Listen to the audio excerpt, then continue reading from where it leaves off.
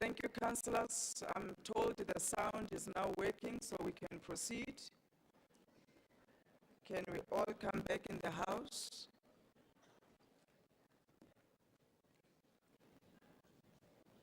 Councillors that are outside, councillors that are standing, can we all settle down, sit down and proceed?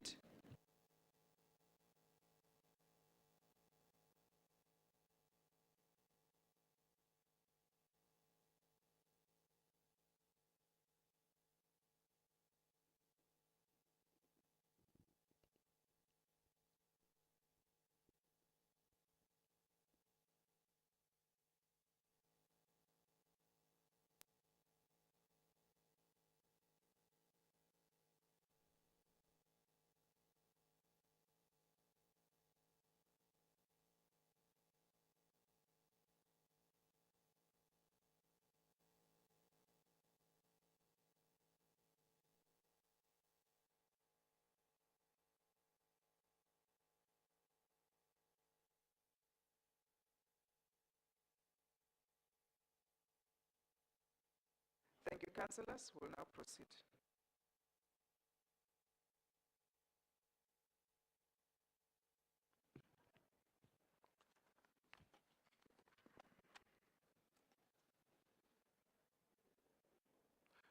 We are now on item 4, which is motions. The first motion is recommending the City of Johannesburg Council to develop a plan of eradicate the chemical system within the next 60 days. Allow them to table. I'll come to you. We've started to table.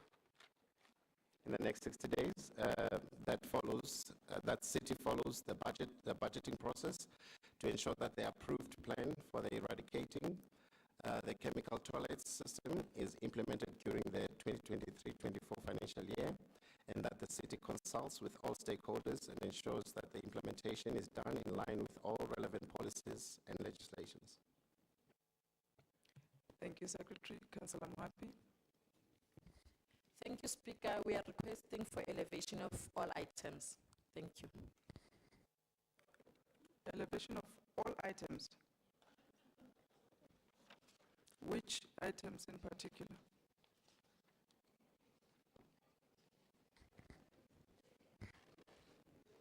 From item number 2.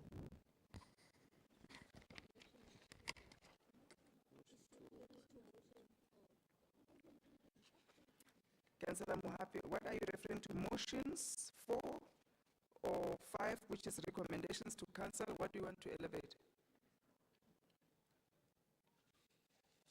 Of all items before motions. I think it's motions now, so we're elevating items.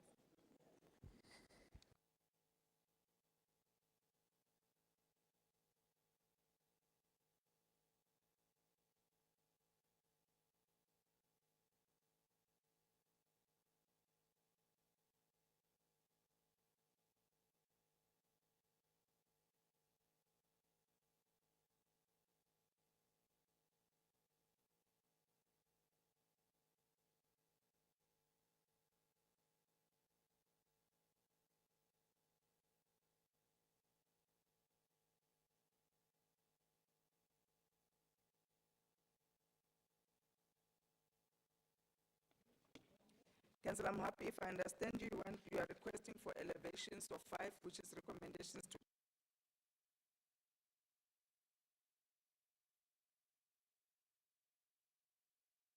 Yes, Speaker. Okay.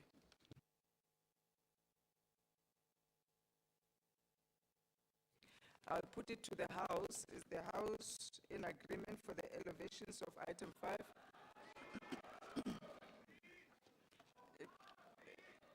House? Let me ask it this way. The nays, the yeas,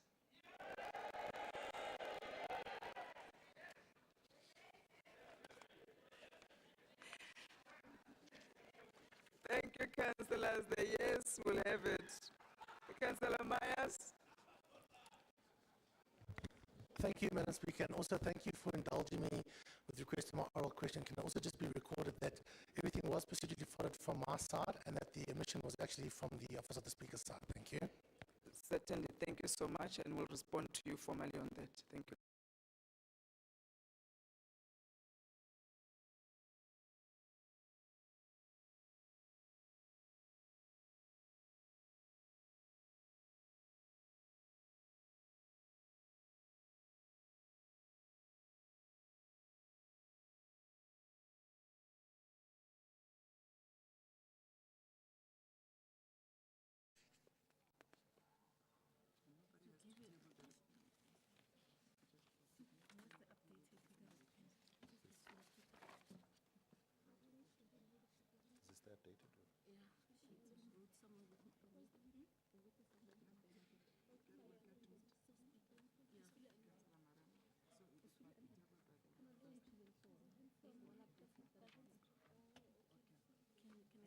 Much. Okay, I got my space now. All right, who's first? Councillor Etches and Joku. Thank you so much, Madam Speaker. Madam Speaker, can we please request for a 30 minutes caucus break based on the changes that had been made and that you have put to the House? So we'd like to have a 30 minutes caucus break, please. 30 minutes. Yeah, thank you. Okay. Think.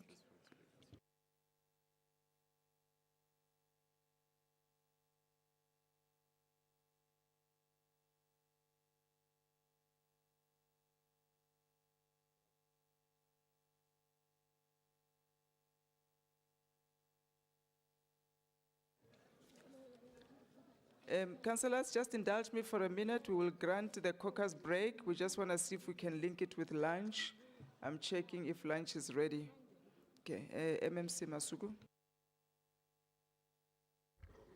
Thank you, Madam Speaker.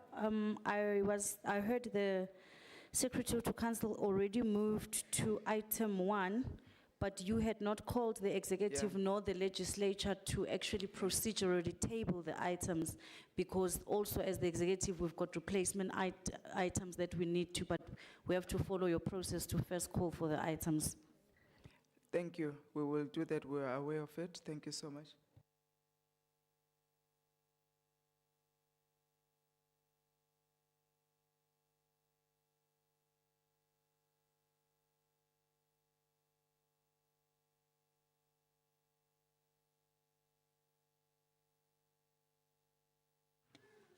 Thank you, councillors. We'll grant the 30 minutes caucus break. It's now 12:20, and thereafter another 40 minutes for lunch. So we shall be back in the House 1:30.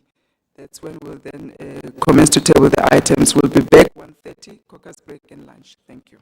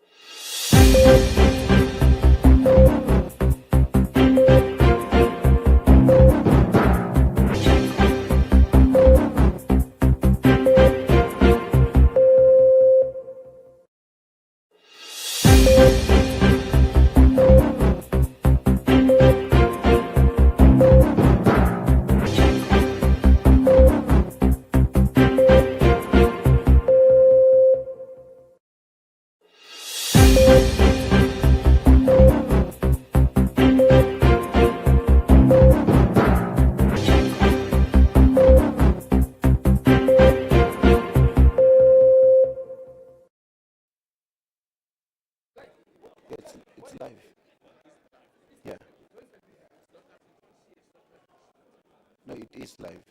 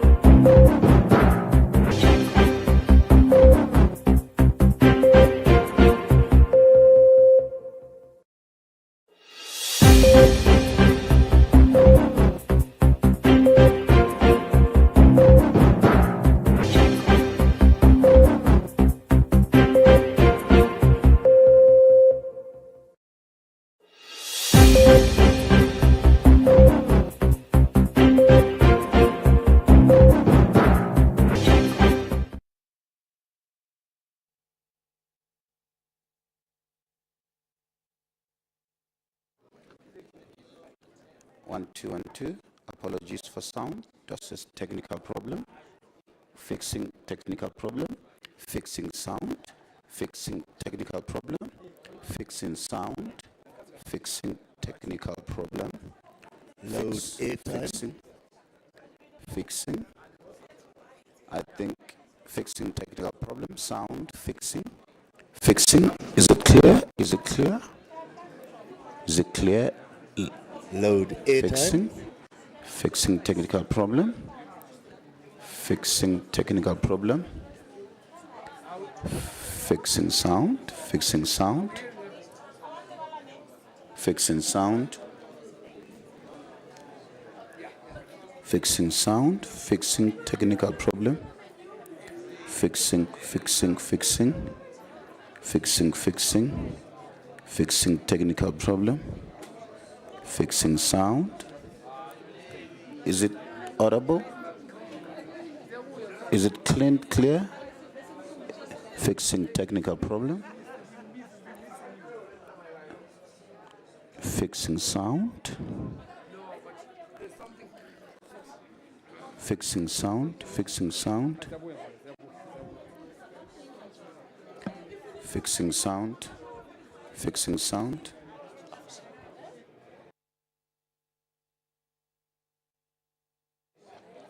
Fixing sound, fixing technical problem. Sound, test, sound 1, 2. Test, sound 1, 2, 3. Test, sound, test 1, 2, 3. 1, 2, 3. Fixing sound, test 1, 2. Fixing sound, test. It's clearing up. It's clearing up. Is it okay? Fixing sound, test 1, 2.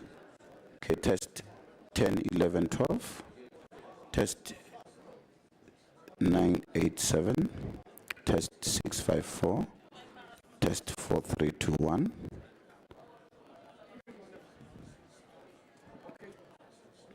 Test 1, 2, how's it?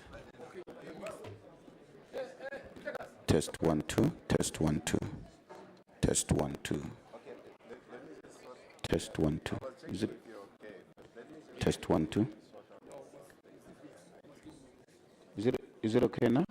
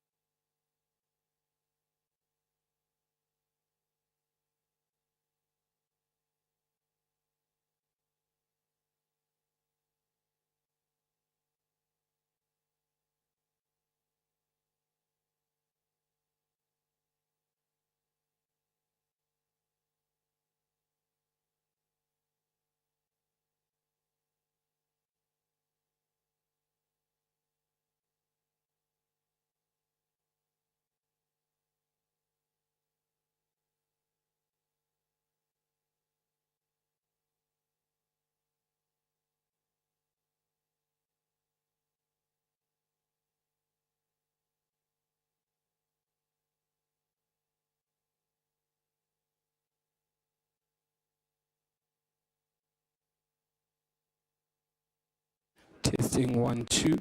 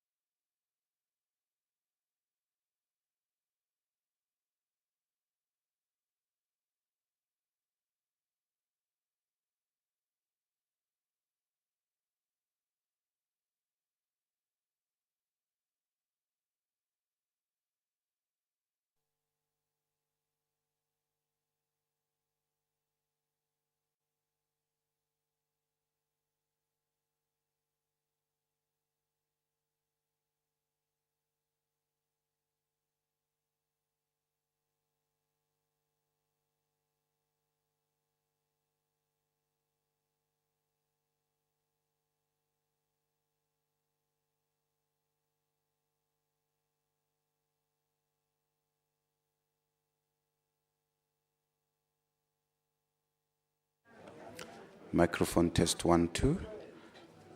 Microphone test 110. Microphone test 1 million. Microphone test 1 billion. 1, 2, 1, 2, 1, 2. The coordination of the testing of the technical microphone. The testing of microphone. Is it clean now? Is the testing of microphone, is it clean? Is the sound clean? Is the sound clean? Okay, thank you.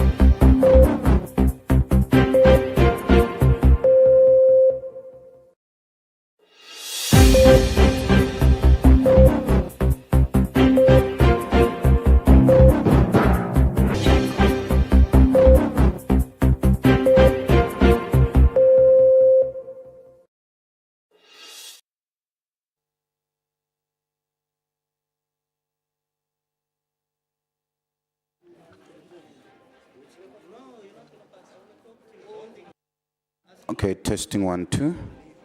Testing 1, 2, 3. Testing 1, 2. Testing 1, 2. Testing 1, 2, 3. Is it clear? Is technical sound fix? Thank you. Technical sound fix. Technical sound fix. Technical sound fix. Thank you.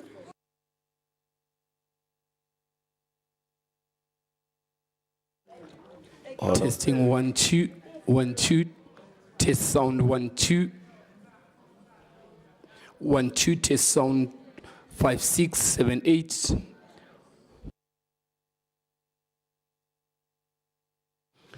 Sound check, check, sound check. 1, 2. Sound check, check. Sound test.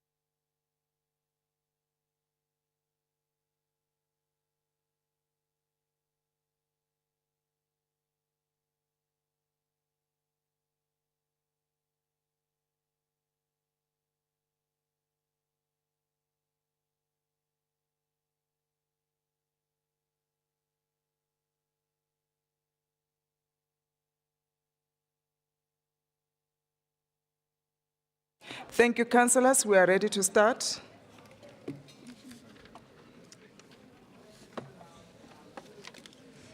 Just read that.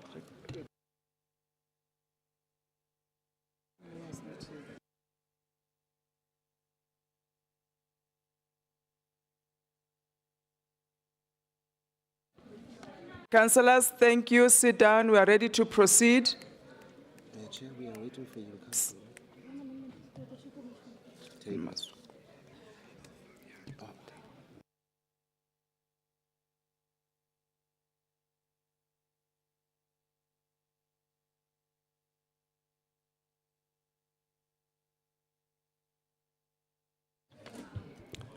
Councillors, we resume on item 5, which is recommendations to council.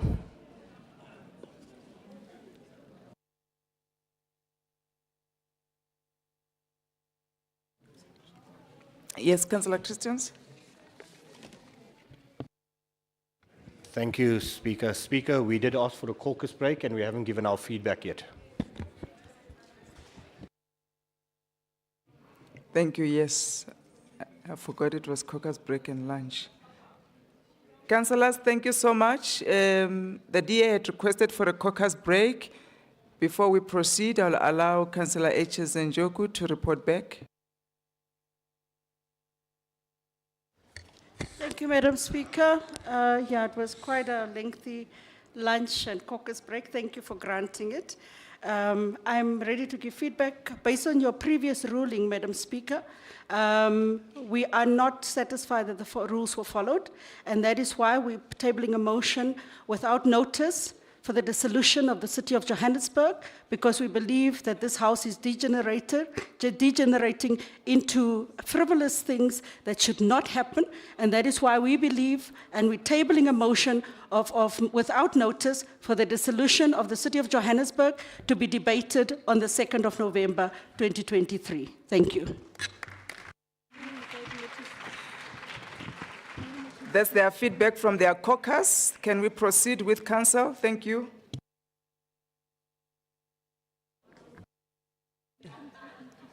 Councillor Rafferty, before you table MMC. Thank you, Madam Speaker. Just a note of concern with the caterers. Please, we need to really address the attitude that they're giving to the guest. It's unacceptable. And then just secondly, just a note, we're to release Councillor Fresling. She fell ill, so she's gone home. Thank you. Thank you very much. Noted. And we also noted Councillor MMC Tswaku is here. He has submitted an apology. He had an emergency at work. And we will see when we can slot your oral questions for response. Thank you so much. Welcome, Councillor. Executive Mayor.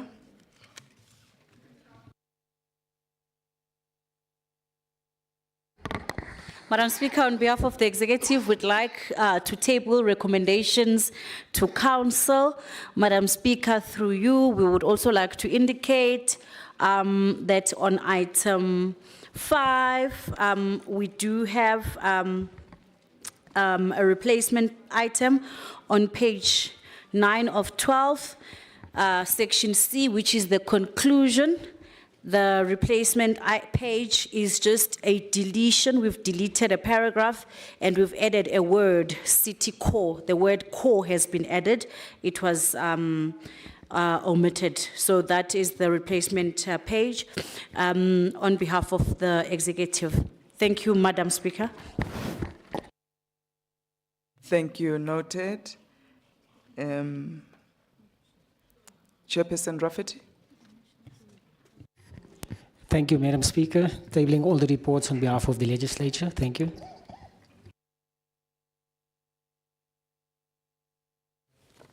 We now move on to item 1, which is changes in membership of the various Section 79 committees. Councillor Marema.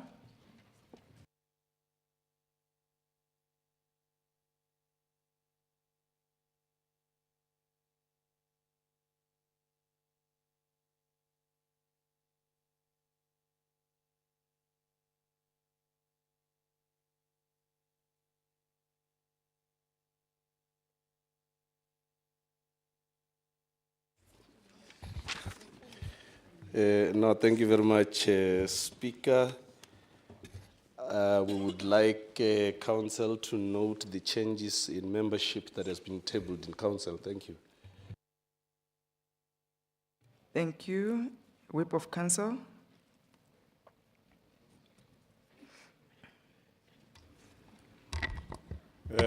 Thank you, Speaker. Greetings to yourself and the Executive Mayor. Greetings to all councillors. Speaker, I rise to request the House to note the changes. Thank you.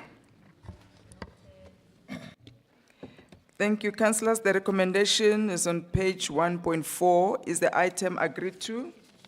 Agreed. Thank you. We move to item 2, which is commencement of a recruitment and selection process for the group head, citizen relationship and urban management position. EFF, Councillor Sierrani.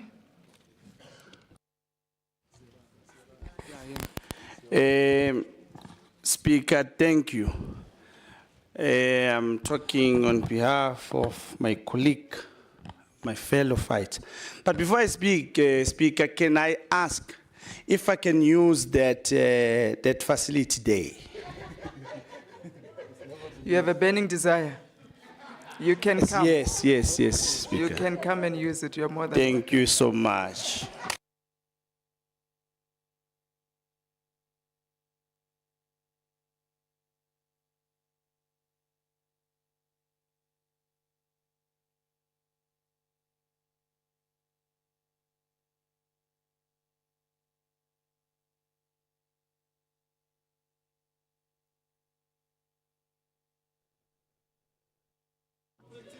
Oh, thank you, Speaker. Revolutionary greetings to the EFF leader, Councillor Bapela Rasalute, and our caucus chief whip, Tabisa Mkhapi. Speaker, please allow me to extend my greetings to my fellow councillors in this chamber, guests, as well as communities of Johannesburg who are participating. Fellow councillors, allow me to borrow from Karma. You'll understand, you'll never understand the damage you did to someone until the same thing is done to you. That is why we're here. To those who use CRAM to hire BEC in 2021 prior local general election.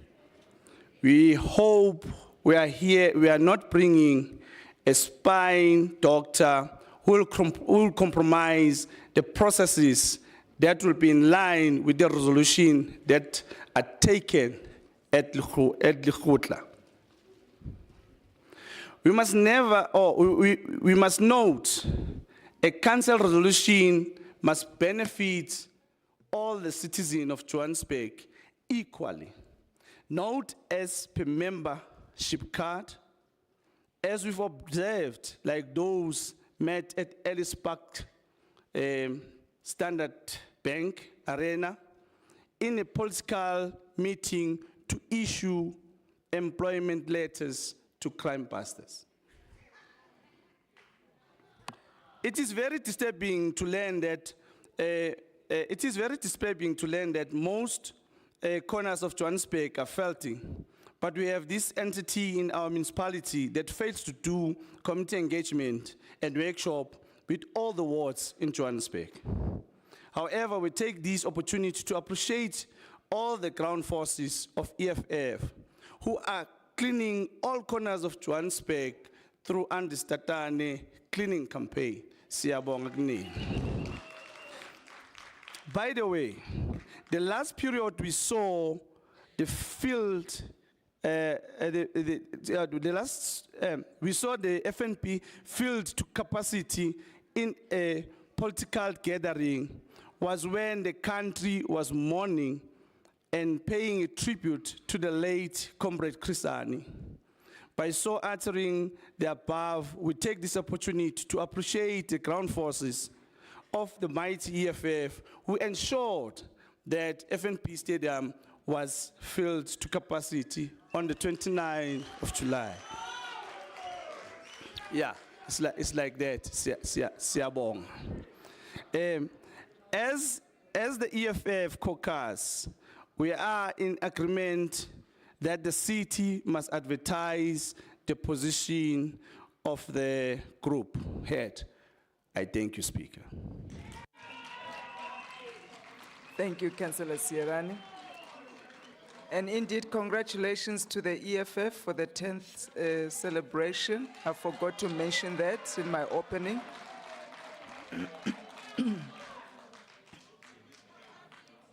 Thank you. Patriotic Alliance, Chairperson Rafferty.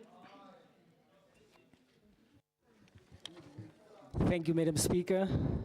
Honorable Mayor, PA Caucus Leader, Councillor Kenny Kunene, all patriots present here today. Just before I start, Madam Speaker, I also just want to remind this House that it's exactly 3 years yesterday that one of our youngsters, Nathaniel Julius, was killed at the hands of law enforcement officers. We continue to pray for the family, and we're not scared to say his name. He has transformed El Dorado Park into what it is now, that people are more conscious of what's happening around them. To say that we had to lose a life in that manner, but we're there and we'll continue to fight the good fight. As the Patriotic Alliance, we welcome the advertisement for the filling of the group head of CRUM. I think this is a critical step in terms of us stabilizing service delivery in the city of Johannesburg. The composition of the panel, as stated in the report, we welcome, but we also just want to caution that we ensure that the shortlisted candidates are actually fit for purpose. I thank you. Thank you so much, MMC Masuku. Thank you, Speaker. We note the comments from fellow councillors. Just to say, CRUM is not an entity of the city, it is a department, the Office of the City Manager, just a correction there. Thank you, Councillor Rafferty. We will make sure that we bring the best people suited with the required skills. Thank you. Thank you, MMC. Councillors, the recommendations are on page 2.3. Is the item agreed to? Thank you. Item 3 is payment of acting allowance to section 54A and 56 employees. PA, Chair Rafferty.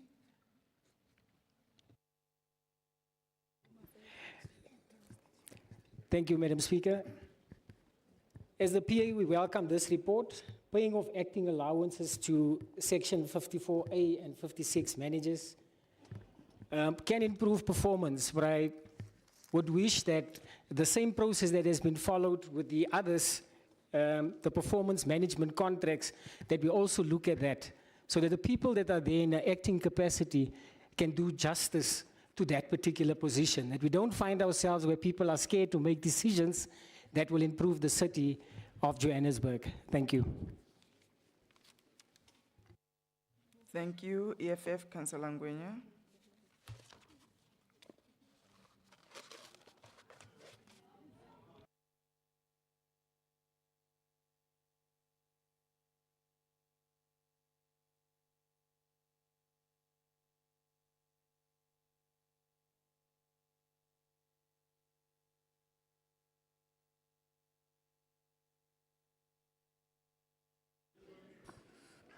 Thank you, Speaker. The last time I checked, we are here to work.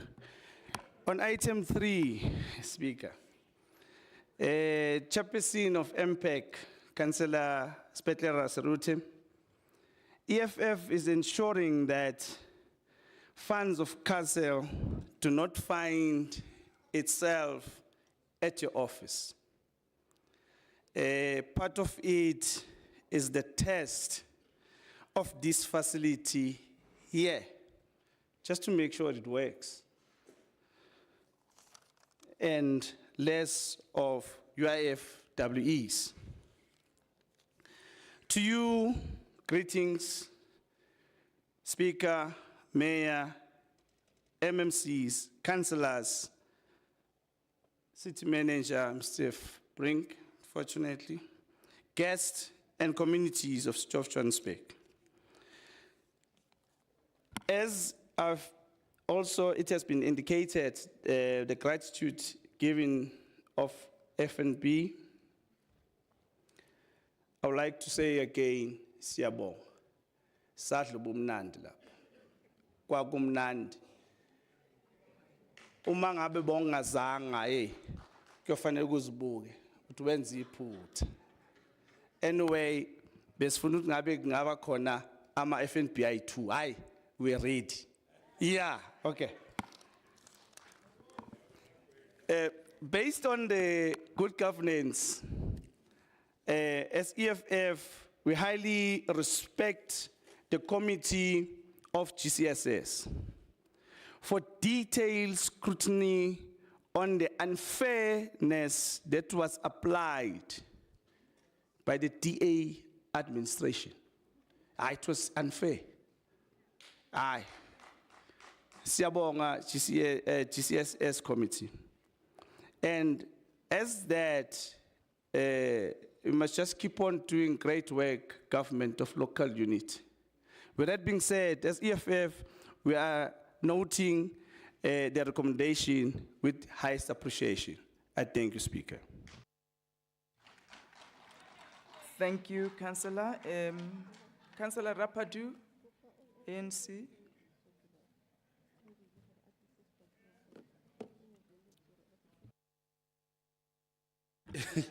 We don't have a burning desire to go there. We must give Ndwande an opportunity to shine there. He says he wants 2 FNPs. I'm not Councillor sure he knows which Rapadu, one. not on our time. Thank 10 you. minutes, 10 minutes, Speaker. Yeah, I but think it's not my- to have Okay. conversations too. Sorry, Speaker, I apologize. I don't want the brown shirts to come in. Start with me. Madam Speaker, ANC caucus, fellow councillors, in light of the current circumstances and the pressing need for organizational stability, the decision to appoint these 11 individuals to acting positions was made. Speaker, this move was aimed at facilitating progress within the city, fostering cohesion, maintaining consistency, and providing the necessary leadership in these vacant roles. A primary focus was also placed on the departments they oversee, as they play a pivotal role in addressing operational challenges that would otherwise hinder our commitment to effective service delivery. Madam Speaker, as representatives of the government of local unity-led municipality, we remain steadfast in our dedication to good governance, aligning our efforts with the mayoral priority of achieving the city's objective of becoming a world-class African city of the future. The pursuit of transforming our city into a world-class African hub is a paramount objective for us. We recognize the significance of this vision and the positive impact it will have on our community's well-being. Madam Speaker, fellow councillors, aligned with the core principles of the African National Congress, we wholeheartedly embrace the new government regulations. These regulations reaffirm our commitment to serving society's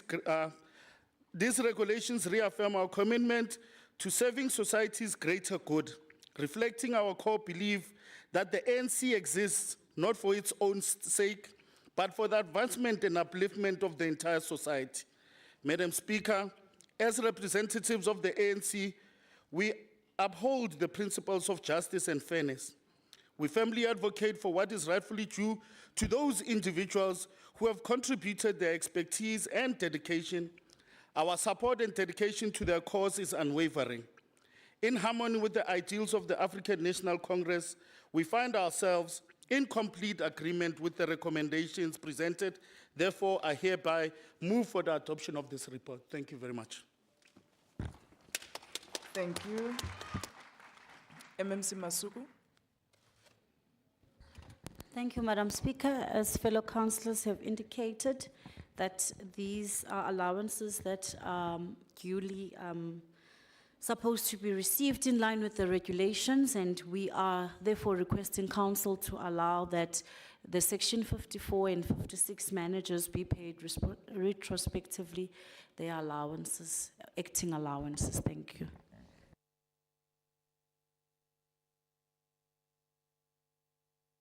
Thank you, MMC. The recommendations on page 3, is the item agreed to?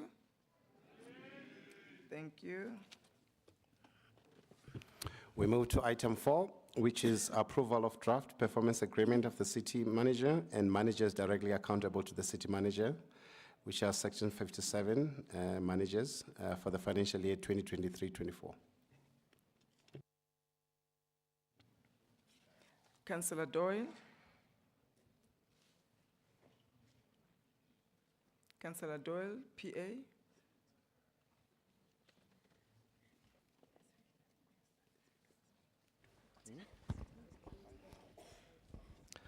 Madam Speaker, greetings to the House. If you can just guide me on which item is this, because we didn't get an updated list, please. Item 4. Is this for a motion or No, on the recommendation multi-purpose to center? cancel. Page 3 on the speaker's notes.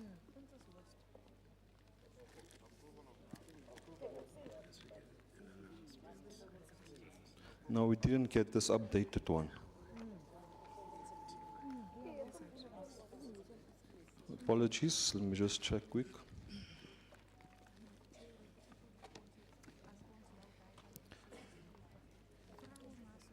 Did you find it? Are you prepared to speak? Can I just get back, please, Speaker? There's some confusion here.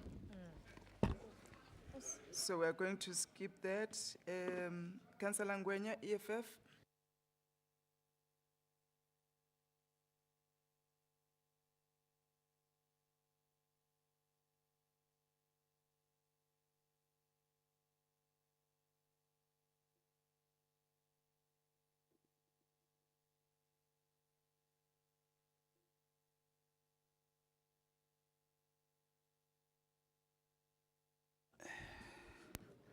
Thank you, Speaker. On item number 4, as already greeted, let me jump into the matter. Based on its 11 strategic priority, Government of Local Unity is putting its priority on good governance, which is the great approach in ensuring that the communities of the 135 wards within the city of Joburg are excellently serviced.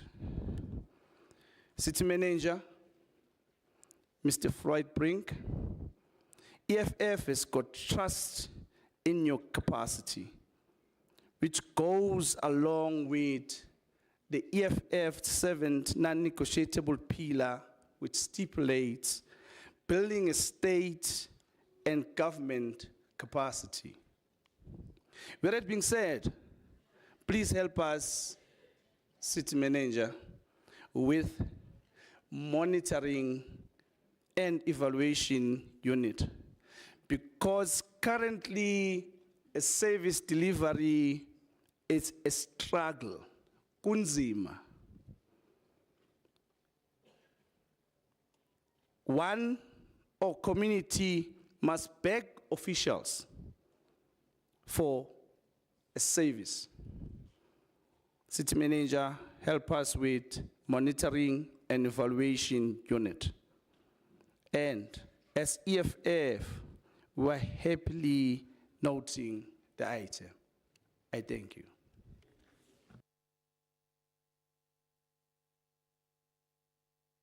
Thank you, Councillor Ngwenya.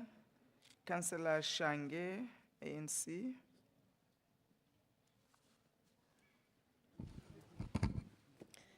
Thank you very much, Madam Speaker. And mangqale ngokubulisa bonke omama kule councillor izimbokodo ngenyanga yethu omama. Ngibingelele nawe Speaker njengembokodo kule ndawo ohleli kuyona ngithi ngokuhloniphile. Ngibingelele umholi ka-African National Congress uDada Morero. Ngibingelele wonke amakhansela ngaphakathi kwalendlu. Speaker, let me take this opportunity and also congratulate the chair of the GSSC, which is Tifo Rapadu.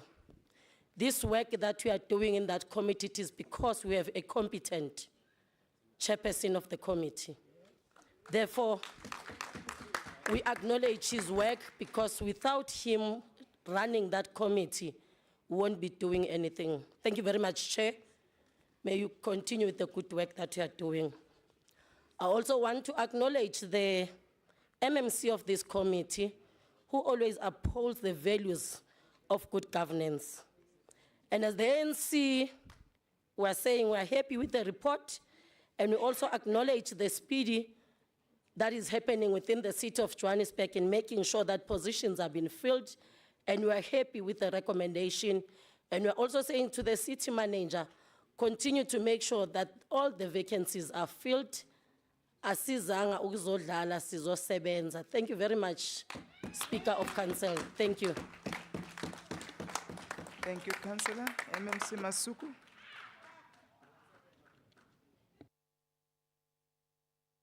Thank you, Madam Speaker. Thank you, fellow councillors. We ask council to approve the recommendations.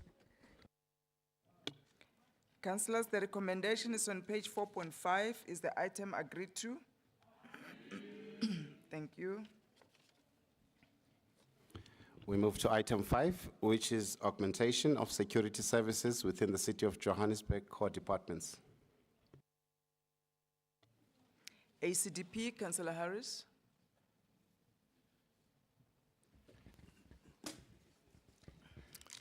Madam Speaker, I think there's a mistake.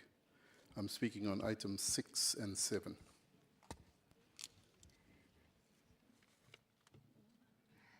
It's my mistake, Councillor Durand. I'm reading item 6. Councillor Durand of Action SA. Good afternoon, Speaker. With due respect to protocol, I rise to speak on item 5. Action SA finds itself able to accept and endorse the report at hand. While certain content has undoubtedly been assembled with great care, certain critical aspects remain unaddressed. Therefore, I must put it on record, Speaker, that this report hasn't been through the Section 79 Committee, Public Safety. Although historically passed in Council under the tenure of Herman Rashaba, reflecting on the tenure of Herman Mashaba, an individual revered for his innovative approach, we remember the audacious proposal to insource security for the city. This initiative emerged as a beacon of hope, a testament to the vision of creating a safe haven under the vigilant watch of our own chosen protectors. The concept, like a fledgling phoenix, symbolized a rebirth, promising an era of improved security within our beloved metropolis. However, the interest of the broader community safety, it is imperative to acknowledge the challenges that currently persist. Our intersections, those pivotal junctures where the tapestry of our society converges, have often been manned by well-intentioned but untrained civilians. Their lack of formal training exposes our city to undue risk and liability, leaving them ill-equipped to navigate the currents of unpredictability that can arise. The currents of unpredictability that can arise.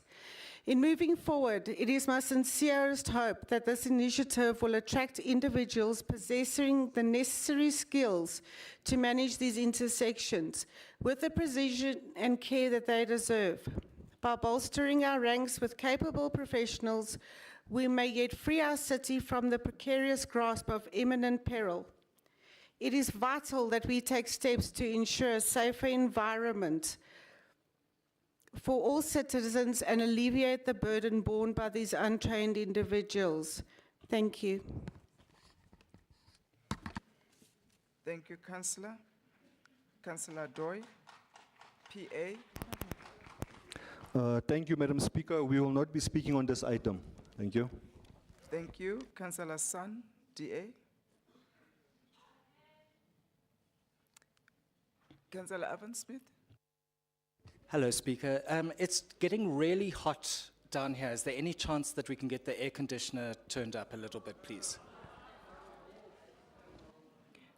Thank you, Councillor. We'll look at the optimum temperature for all. I will revert to you. Thank you. Thank you.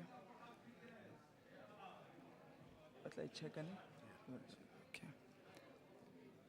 Thank you, councillors. Councillor San, Democratic Alliance.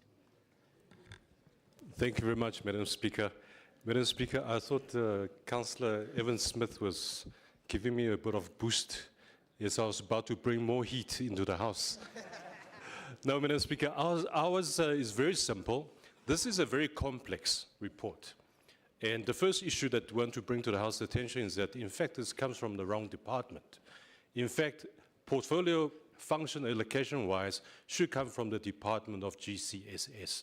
But I do want to agree with Councillor Genevieve Durant that this report, as complex as it is, never served before Section 79. It should involve the other committees also at GCSS and Public Safety. So it is our request that this item be withdrawn, defer back to Public Safety Section 79 and the other relevant committees so we can scrutinize and proper presentation be presented, and we'll come back with a recommendation. Thank you very much. Thank you. Councillor Nenemba, EFF.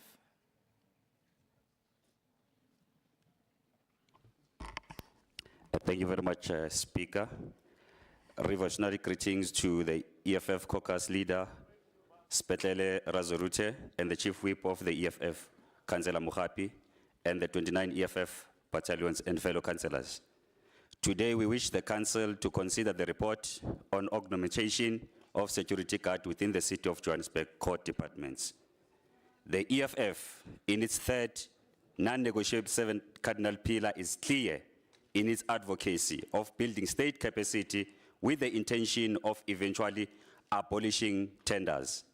It is for that reason that we must applaud the work of the 29 EFF councillors who have ensured that today we can proudly say that 5,260 security officers, mothers, fathers, breadwinners, and now employees of the City of Johannesburg. Having said that, we call for the primary resolve to be in source those security officers that were left behind in the first phase of insourcing. Although the report suggests that we continue to use private sector to assist in specialized skills and providing newer and recent technology.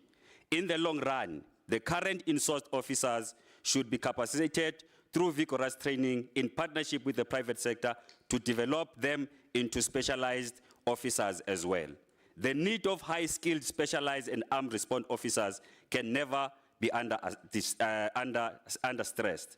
We saw how under-resourced the city was in dealing with the Zamazamas. We must, however, applaud the bravery work of the MMC of Safety, Councillor Mqini Chwaku, with those limited resources under his disposal. We can't be a world-class city, yet we fail to provide the necessary tools of trade as basic as hand radios.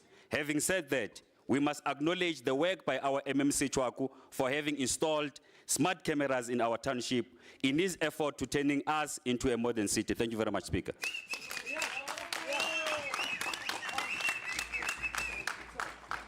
Thank you, Councillor. ANC, Councillor Nair.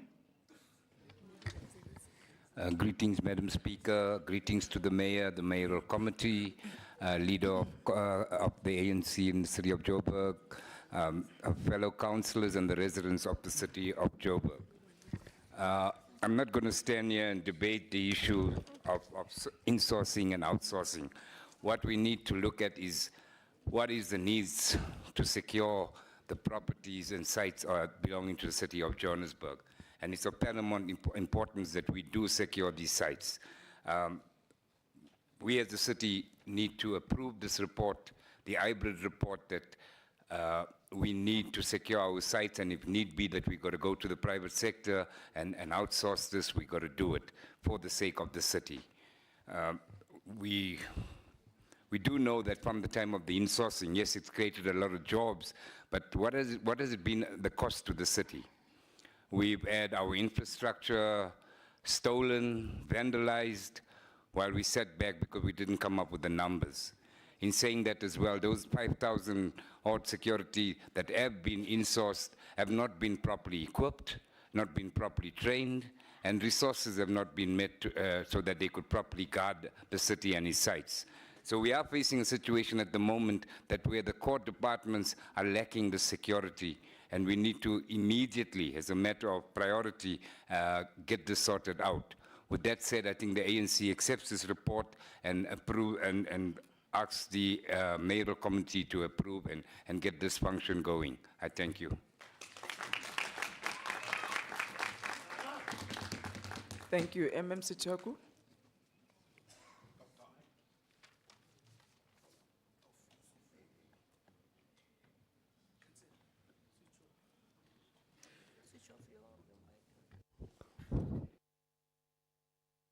Testing 1, 2.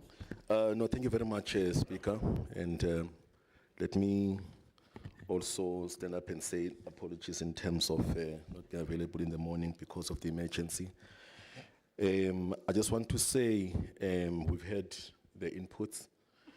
What I want to respond on is the issue of the Speaker, the departments where there was a consultation because the report in page 10, it says all core departments. So the distribution of the report actually went to those departments and they actually gave us their bite in terms of this report. And there was a support because what we're saying that is really in terms of the augmentation of the specialized units to protect the infrastructure of the city is needed urgently at this point in time.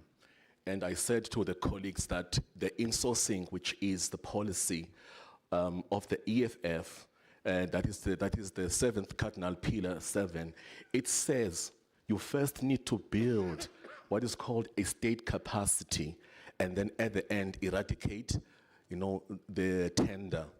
And also, I mean, when you insource, you must first build and gradually insource and all of that. But it looks as if the implementation plan at this point in time, it was not done.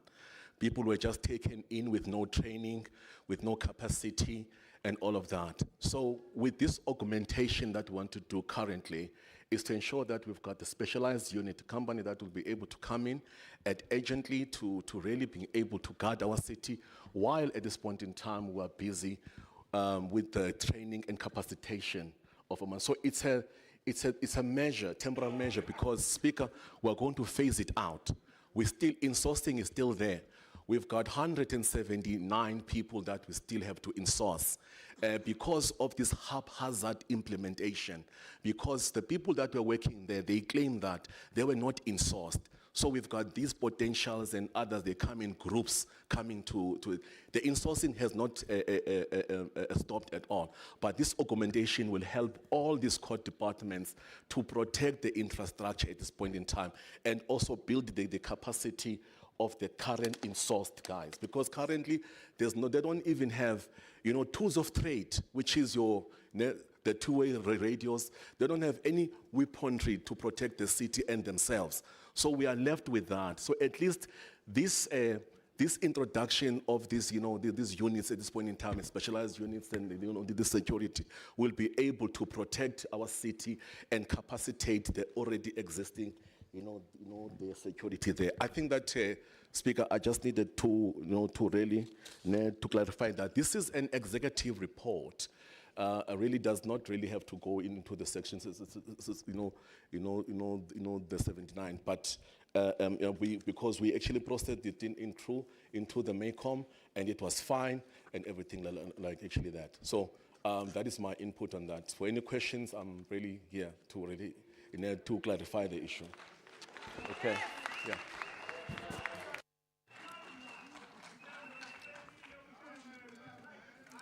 Thank you, councillors. The recommendations on page 5.14 is the item agreed to. Thank you. Before I start. Councillors, there's a phone, mobile phone that has been lost. Councillor Musetla lost a Huawei T5. If you found this, whether at the lunch area or bathrooms, please bring it to us here in front or give it to Councillor Musetla. Councillor, if they bring it to you, kindly let us know. But that phone is missing and it does have a tracker. If you find that it's with a councillor, we are going to implement the new legislation and open a criminal case, so bring it back. Thank Councillor San. Thank you, Madam Speaker. Please note DA's dissent to item number 5. Thank you. Noted. Thank you so much. Thank Councillor. Action SA, Councillor. The name is. Councillor. Yeah, thank you, Speaker. Please note Action SA's dissent. Action SA dissent. Well noted. Yes, thank you. Councillor Delange. Thank you, Speaker. Just register the VF Plus dissent on the item 5. Thank you. Thank you, Councillor Delange. The dissent is registered. Thank you, councillors.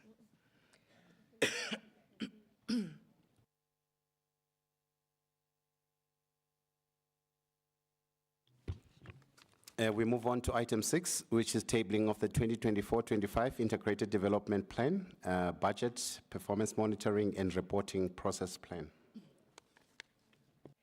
Thank you. And just a correction, this will be responded to by MMC Morero, not MMC Masuku. Councillor Harris.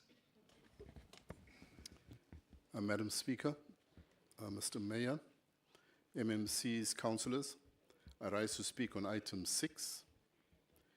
I want to quote from the report. The process plan includes operational planning, dates for the submission of business plans, budget plans, and capital expenditure planning.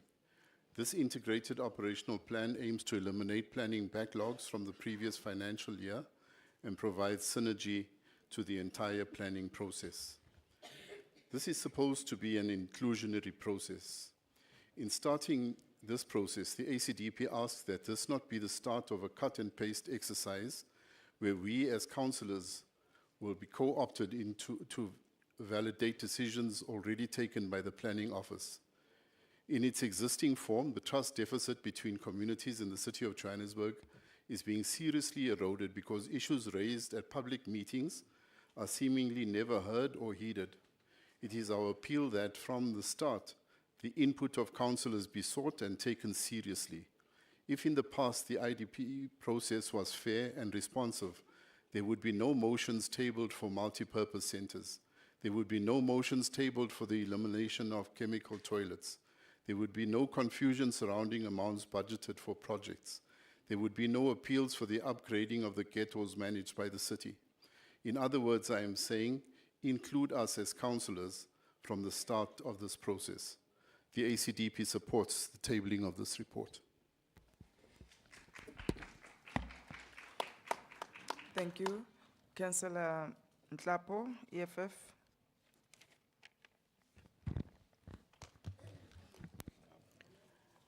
Greetings to the Speaker, the Mayor, the EFF Caucus Leader, the EFF Chief Whip, to all the councillors in the House, and also to the guests in the gallery. I rise on item 6. As the EFF, we are behind the mayoral priorities 1, 2, 4, 6, and 9.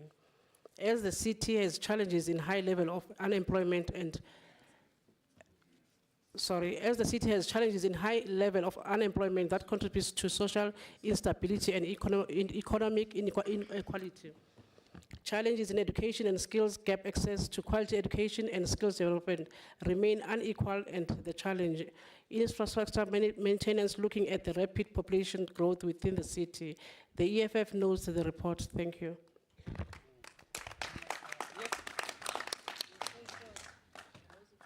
Thank you, Councillor, is it Wilscott from the PA? Wilscott.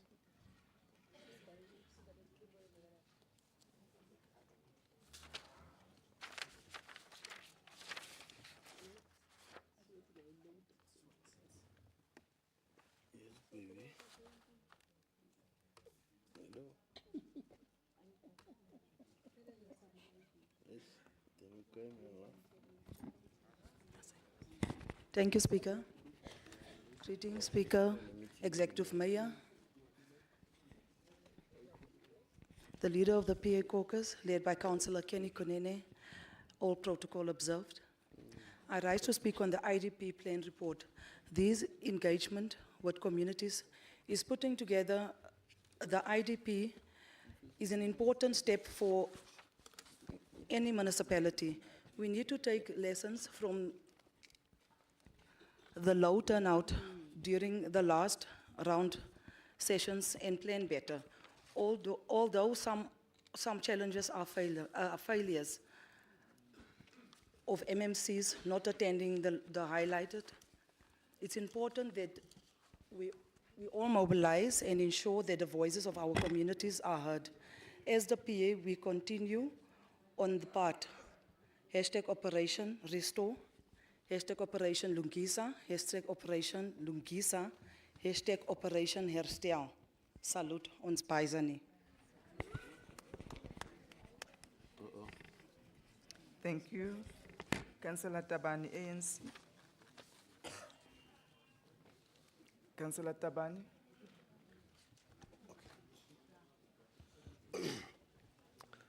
Madam Speaker, leader of ANC caucus, MMC Tata Morero, Executive Mayor, fellow councillors, audience at the public gallery, as I rise to present item number 6, as per legislation, municipalities have a requirement to prepare the IDP process plan 10 months before the start of the new financial year.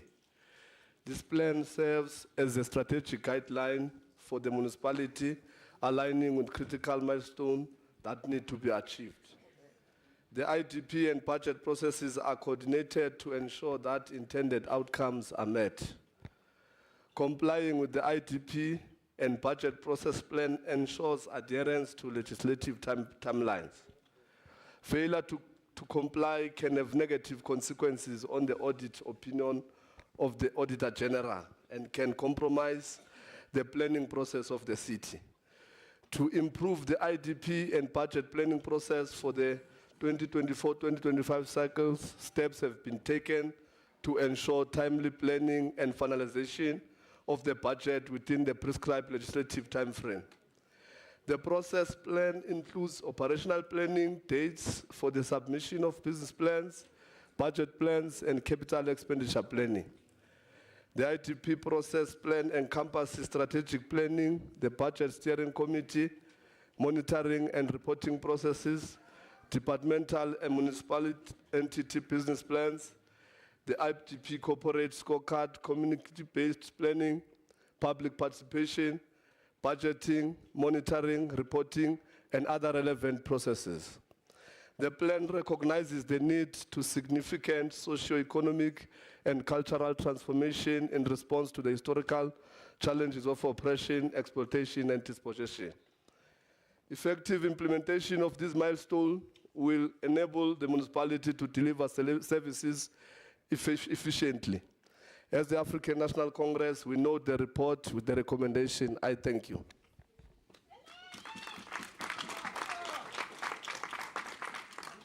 Thank you, MMC Morero. Thank you, Speaker, Speaker of Council, the Executive Mayor, and all councillors in the House, and the Chief Whip of Council. We do note the comments that were made, and we will accommodate them as we move forward, and we therefore ask for Council to note the report. Thanks. Councillors, the recommendations on page 6.1, is the item agreed to? Thank you. We move to item 8, which is the City of Johannesburg MFMA in-year financial report for the period ended in 30th April 2023. Oh, sorry. Oh, pardon me, sorry. We're on item 7. Is to seek approval to enter into a facility agreement between Development Bank of South African, abbreviated DBSA, and City of Johannesburg on the same terms as the reinstatement agreement of March 2021. Councillor Harris, ACDP.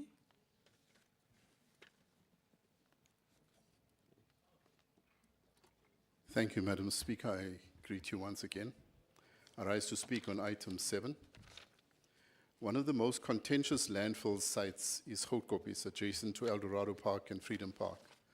There is a steady cry coming from residents of that dreadful ghetto, pleading with the city to find another way to dispose of the nearly 1.6 million tons of municipal solid waste, of which a large percentage of this lands on their doorstep.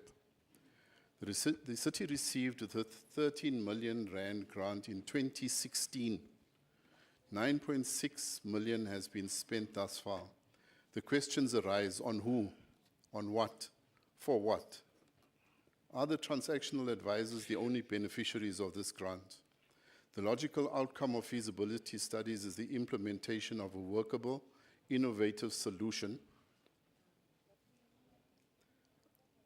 to the serious issues concerning the landfill site.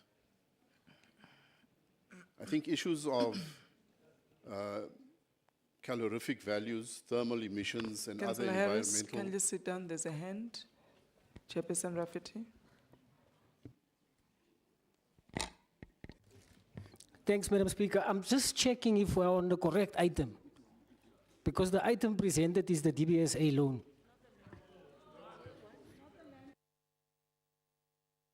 We're on item 7.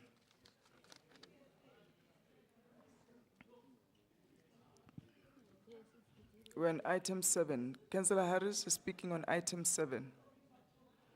Councillor Harris, are you speaking on item 7? Yes, I am, Madam Speaker. Please proceed.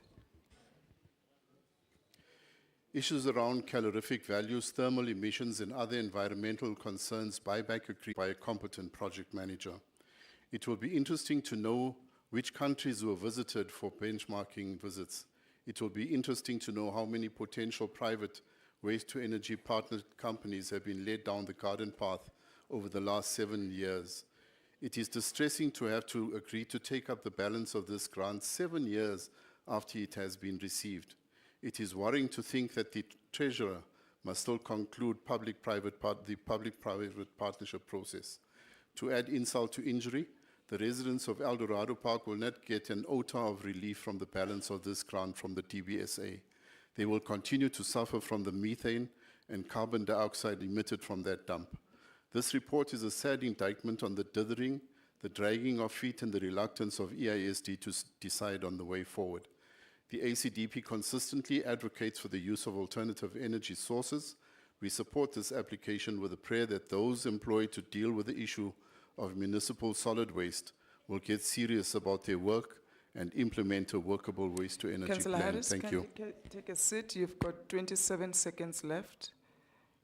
Councillor Mhlongo. Thank you very much, Speaker. Speaker, I'm lost. I don't know which item does or is Councillor Harris speaking on, because I'm in TPSA. No, it's the right item. Oh, sorry, Speaker. I thought that because it's TPSA, but I talking about Councillor hard copies. Mhlongo, I don't know whether you're enter. addressing me. Oh, or sorry, Speaker. I'm just being disturbed by other councillors here. Thank you. Okay. Yes, I say I'm It's lost. item 7 is speaking on that. The way he wishes to debate on it. Please take your seat. Okay. Thank you. Thank you. Councillor Harris, you've got 27 seconds. I'll spend my 27 seconds in encouraging my fellow councillors to read the reports that are sent to us long before the time.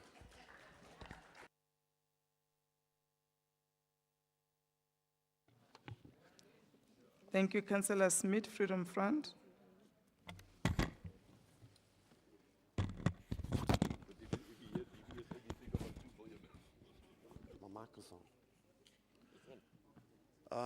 Madam Speaker, I have certain concerns, serious concerns about this item, as is mentioned before. In a matter of 7 years, all we've done is to do investigations into this, and at no stage, there's no machinery that's been bought. No, this report basically is telling us that we're going to go and do ABC. And at this stage, the Freedom Front cannot support this report. It hasn't been to the Section 79 committee for further discussion. And until such time as it goes to the Section 79, the Freedom Front cannot support the report. Furthermore, is the way that the Section 79 committees are being bypassed. I think we need to seriously relook at the situation, because the whole reason behind the Section 79s is for oversight. Thank you. Thank you. Councillor Fresling, PA. Greetings, Speaker. We will not be speaking on this item. Thank you. Councillor Munyai, Action SA.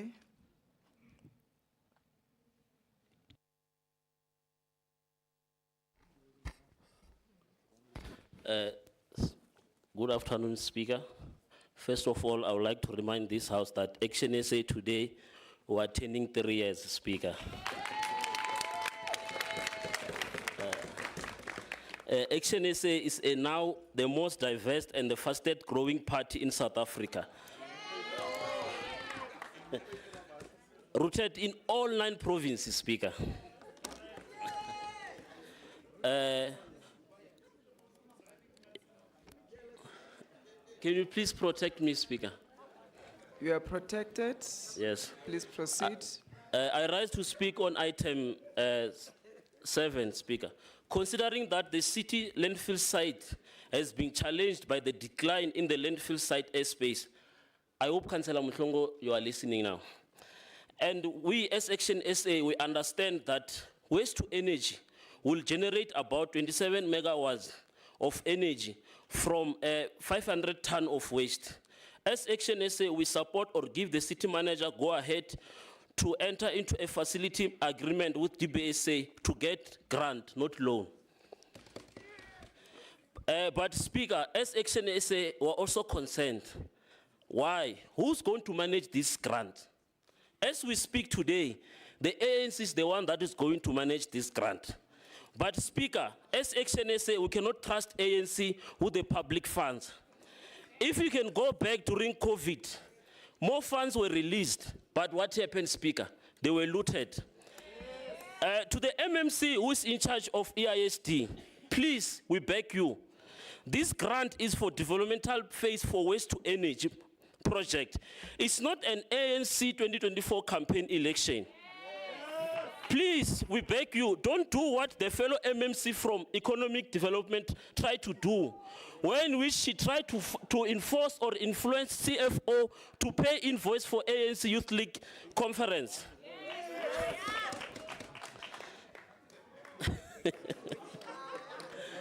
In conclusion, Speaker, as Action SA, no, you can respond if you want to respond.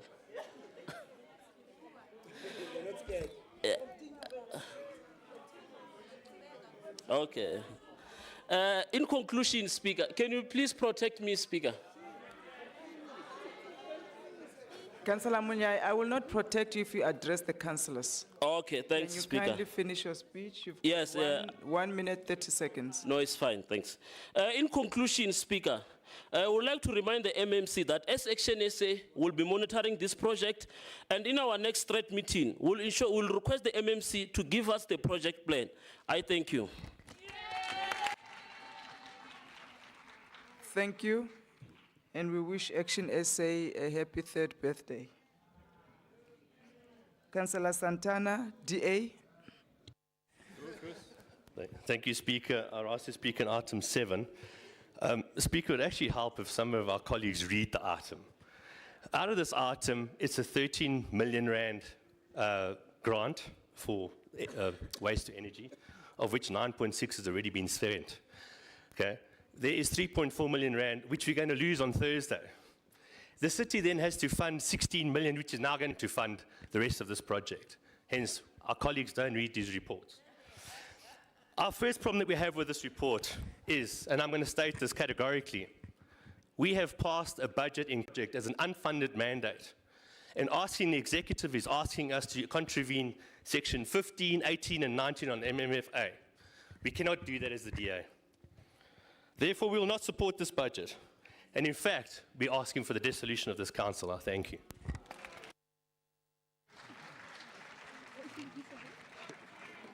Thank you, Councillor Nkosi, EFF.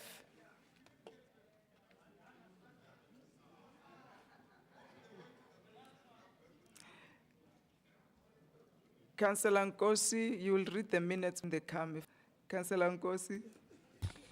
Thank you, Speaker. Greetings, Speaker. Greetings to the 29 battalions of EFF led by the caucus leader and the chief whip. Greetings to fellow councillors in all their respective deployments, the officials who diligently support us, the public at large, as well as the media representatives. Congratulations to the EFF for hosting a successful 10-year anniversary. No number of tavern shebeen gossips will deter us or change us from the clarion call of economic freedom in our lifetime. And we also greet the green Putsununus on my right-hand side. Speaker, I rise on item 7, which is to seek approval to enter into a facility agreement between DBSA and the City of Johannesburg on the same terms as the reinstatement agreement of March 2021. And I want us to look at those timelines, please. 2021. We are asked to approve a project that was first approved in June 2016. And the project was reinstated again in March 2021, all from last term. And now we seek another reinstatement in a new term. The project is reported to have delays. Without mentioning what are these delays, we should not just approve only for financial purposes, but it should be also for qualitative reasons as well. Why must we do this?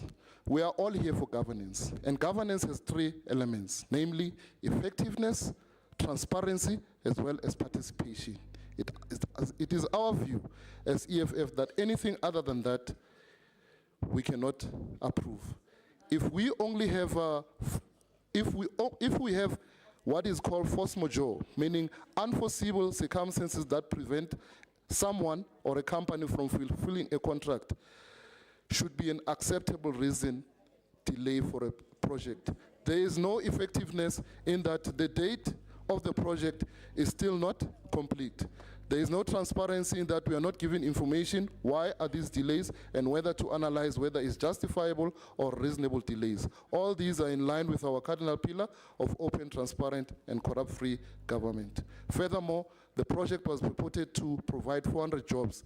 And with the extension, we should like to warn that this is not a creation of new jobs, and that there should be no politicking prevalent these days on the eve of 2024 elections that we are creating new jobs. We can't approve this without more information. As EFF, I thank you. Yeah. Thank you, MMC Morero.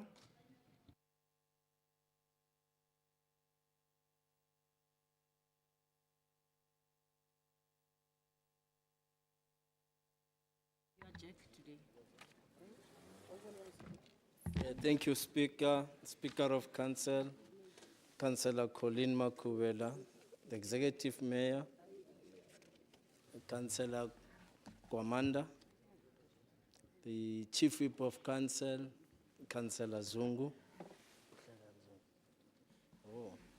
the Chair of Chairs, Councillor Phillips, leaders of political parties. I greet you all, especially the women in this council, as we conclude the celebration of Women's Month. Let me also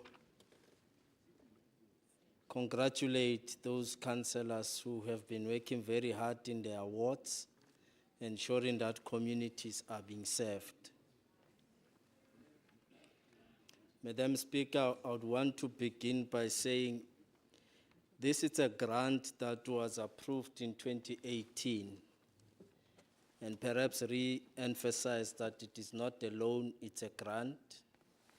and this grant would not have constituted an unfunded mandate because it's a grant managed and supervised through the DBSA itself. All we have to do is conclude on spending the balance. So it shall not affect us in terms of management of the grant. That also goes to the response to the Action SA, that this is a grant, therefore it shall be managed through the DBSA.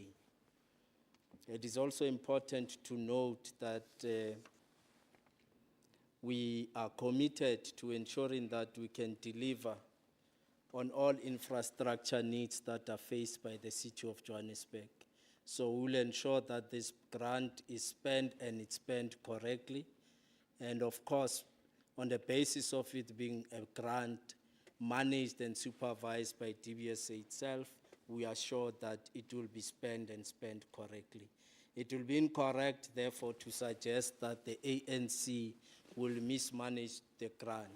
It is important to note that between 2018, 2019, and 2022, all political parties who have constituted minority governments in the City of Johannesburg had overseen the spending of this grant, which also includes Action SA, who was at the what was called a multi-party government. So in essence, you were part and parcel of spending this grant.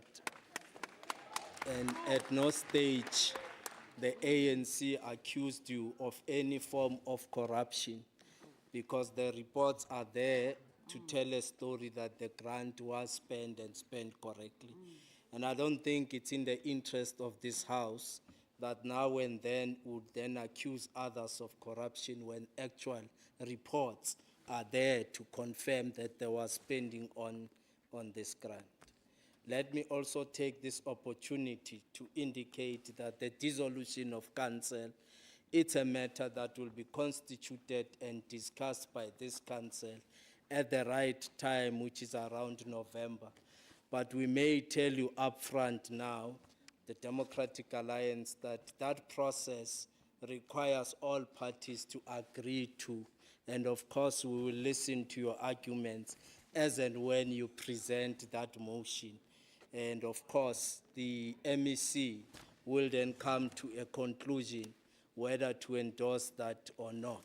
But as the ANC, we are committed to the current arrangement, and we believe that the government of local unity, to a large extent, has had the opportunity and the ability to respond to service delivery challenges that are faced by our communities. It has been able, over the last few months, to put the government of Johannesburg in the world affairs and now being taken serious by the world. We are therefore being invited to participate in the C40 that will be held on the 4th of September in Nairobi. We are also being invited to attend the SDG conference in New York in September, which now confirms that the UCLG and all other international bodies are now taking Johannesburg serious and believing that Johannesburg is a player in the world affairs of local government. As I conclude, Madam Speaker, let me also take this opportunity, having copied from our friends in the 29 Battalion, that of course the 90 Battalion, Yabana Bantate Oliver Tambo, will also be hosting an important event to review the manifesto as adopted by the ANC.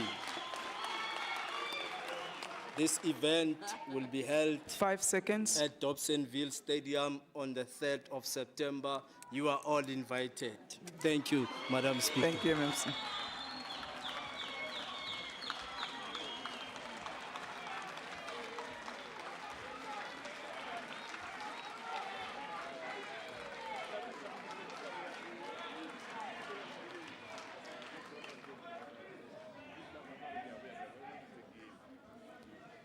Thank you, councillors. The recommendations for item 7, councillors. The recommendations for item 7 are on pages 7.3 to 7.4. Is the item agreed to?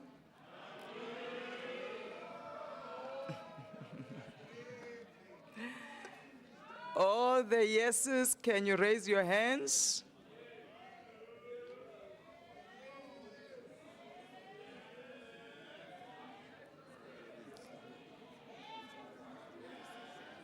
The majority of the council has raised its hands. Thank you very much. The item is agreed to.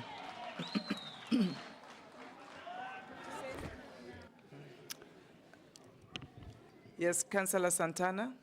Thank you, Speaker. Please note the dissent of the DA. Noted. Thank you. Councillor Tswaku. Sorry, Speaker, man. Benifuna ubuza. FNB and Dobsonville. Njani ngoku? Councillor I hope they don't use a Councillor check to go up. Check to go up. Councillor MMC Tswaku. That's why ufike late. Ufika late, ufika ngeinto zakho, ufika late. Okay, councillors.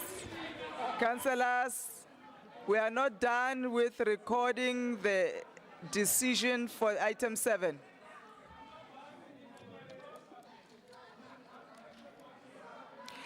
Councillors, thank you. I think ANC and EFF wants to take it outside. Can we have quietness now? I need to finalize the decision for item 7. Councillor Delange.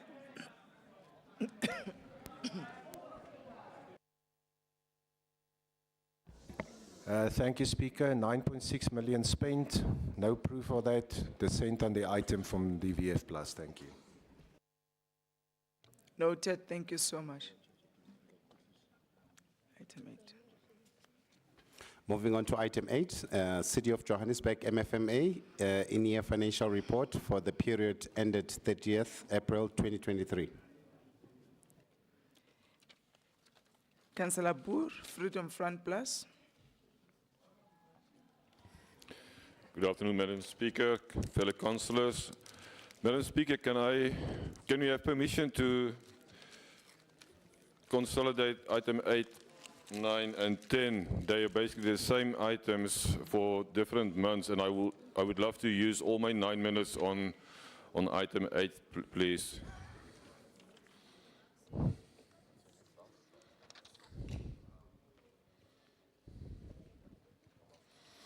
Thank you, Madam Speaker. Kindly take a seat, let's table it.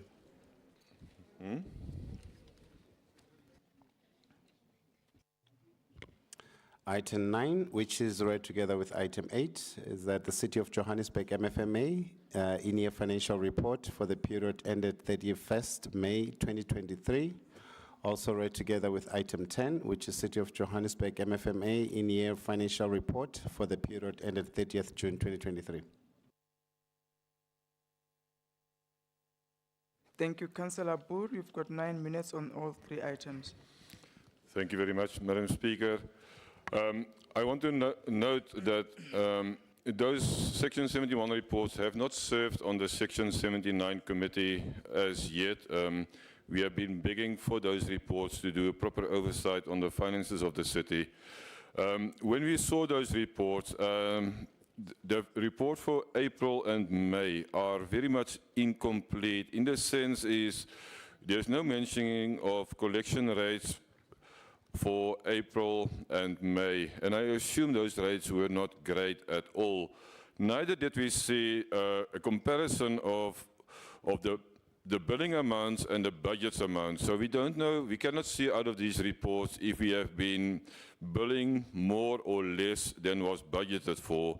But nevertheless, especially the report for June is giving us quite some information. And the pleasing part to see here is that the collection rate in June was really exceptionally well. If you look on page 7 of the reports, the collection rate in June, let me just get to this.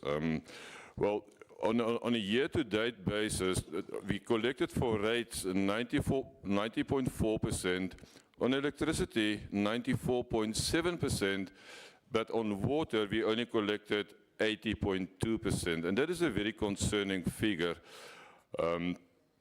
But the collection rate for June itself was over 100% for rates and for electricity. So congratulations to the administration for improving the collection rate. And we really have to move this up because the city's finances are still under severe pressure. If you look on the reports, in April, our bank account decreased by 550 million rand.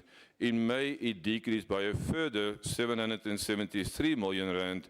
And in June, despite the 1.83 billion rand loan that was received, our bank account decreased by a further 1.1 billion. So we are really on a downward trend, and hopefully this can be turned around with the improved collection rates.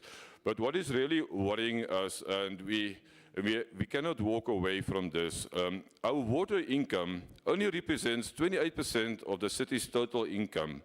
But if you look on our total debt that is owed to the city, which has jumped up from 41 billion last year, June, to 48 billion this year in June, an increase of 6.6 billion. And sure, MMC, that money in the bank would have been very handy. So we really need to bring that total down and prevent it from going over 50 billion rand. But what is more worrying about this, as I've said, the water income is only 28% of our total income, but from our total debt of 48 billion, 51% of that is outstanding water debt. So we clearly see that the problem with the collection is not on assessment rates, it is not on electricity, but it is on water. And this is a serious issue that we really have to address to bring this total debt down. I want to speak about the CAPEX. The CAPEX spending on the report for April, up until the end of April, we spent 51% of the allocated budget. That means about 5.1% per month. In May, it increased to 58%. So in May alone, we spent 7% of the capital budget. But we were only standing at 58% at the end of May. We had 1 month left for the end of the financial year. And in that 1 month, we spent a remarkable 32% of our annual capital budget was spent in 1 month. And this is the trend that we saw in the previous years as well. And we are putting ourselves under enormous pressure of waiting for the last month of the financial year to spend our capital budget. And I think if the money was well spent, it was a big achievement to at least get to the 90% spending on the capital budget. To close off here, we have got a long way to go. And as the MMC said in his budget speech, we have to take hands and make the city work again. And the green shouts are showing, but there's a lot of work to do, and especially on our debt collection. Thank you, Madam Speaker. Thank you, Councillor Boer. Action SA, Councillor Mukoka. I see you only speaking on item 8. That's okay. Thank you, Speaker. Good afternoon to you, and good afternoon to the caucus leader of Action SA, Nobuhle Mthembu. Speaker, we are here again on this very item, and little improvement has been done, and which is a concern. I'm saying we are here again because most of the points that Councillor Boer has mentioned, they were mentioned previously, and these ones that I'm also going to be mentioning, they were mentioned previously.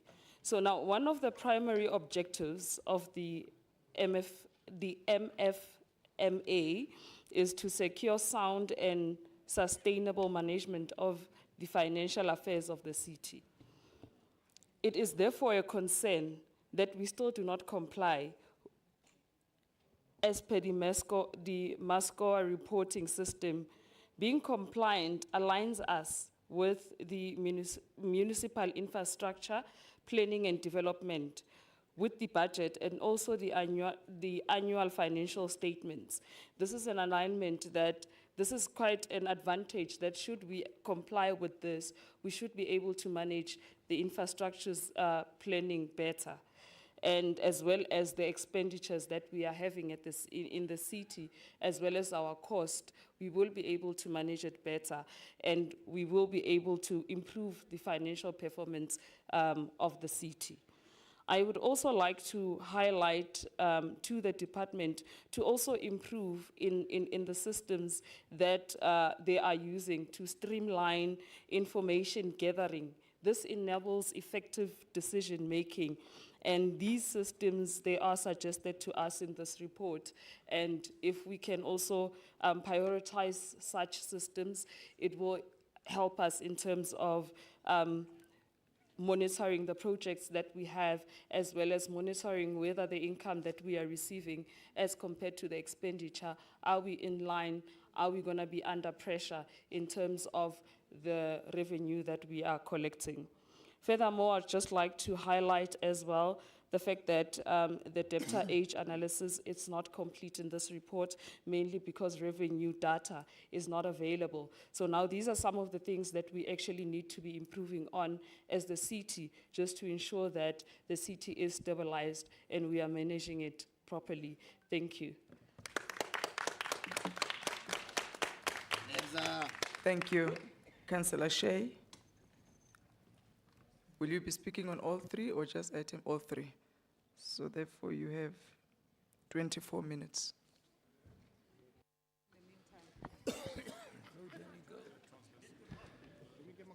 Good afternoon, Speaker, and my colleagues in the DA caucus. I apologize for the structure of the speech. I have stitched it together as best as I can. I had 3 separate speeches, so let's go. I rise to speak about the MFMA in-year financial report for April 2023. The City of Joburg is chronically under-collecting on budgeted revenue and failing to report its finances in a timeous and transparent manner. Additionally, City Power lost 1 billion rand in April alone. This is a symptom of the dysfunctional nature of this council. Accordingly, we, the DA, are calling for the dissolution of council to empower the residents of Johannesburg to vote for a better and more stable government.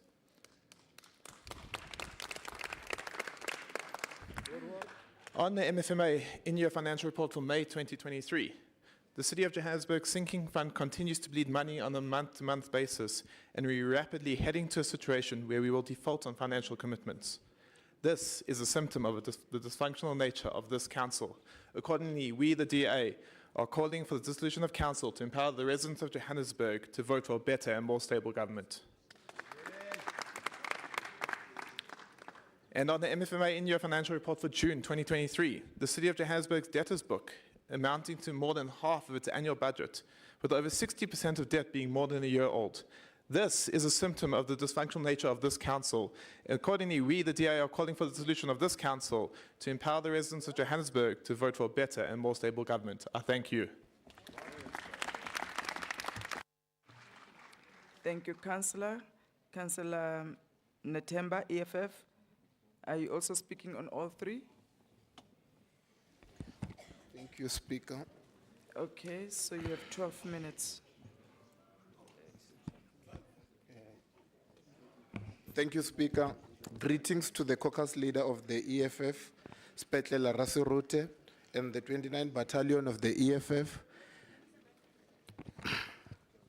Not forgetting the 2 MMC of the EFF, Commissar Dr. Mgini Tswaku and Eni Makafula, fellow councillors. During the DA-led coalition, we were all concerned at the gross incompetency in which they were managing the city's finance. We sought a mechanism to correct this by rightfully removing them from... Councillor, thank you. There's a hand. You can take your seat. Councillor Njugu. Thank you, Madam Speaker. I'd like to call a point of order on the councillor. There's no MMC of a particular political party must serve all the residents. It explains why services are not being done and bylaw enforcement is not being done. Councillor, please take your seat. So he's out of order. Of order. Thank you. Please take your seat. Councillor Natemba, continue.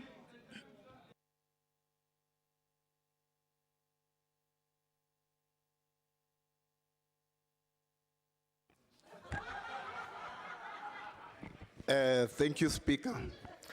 When I talk about the MMC of the EFF, people get chest pains. I don't know what's wrong.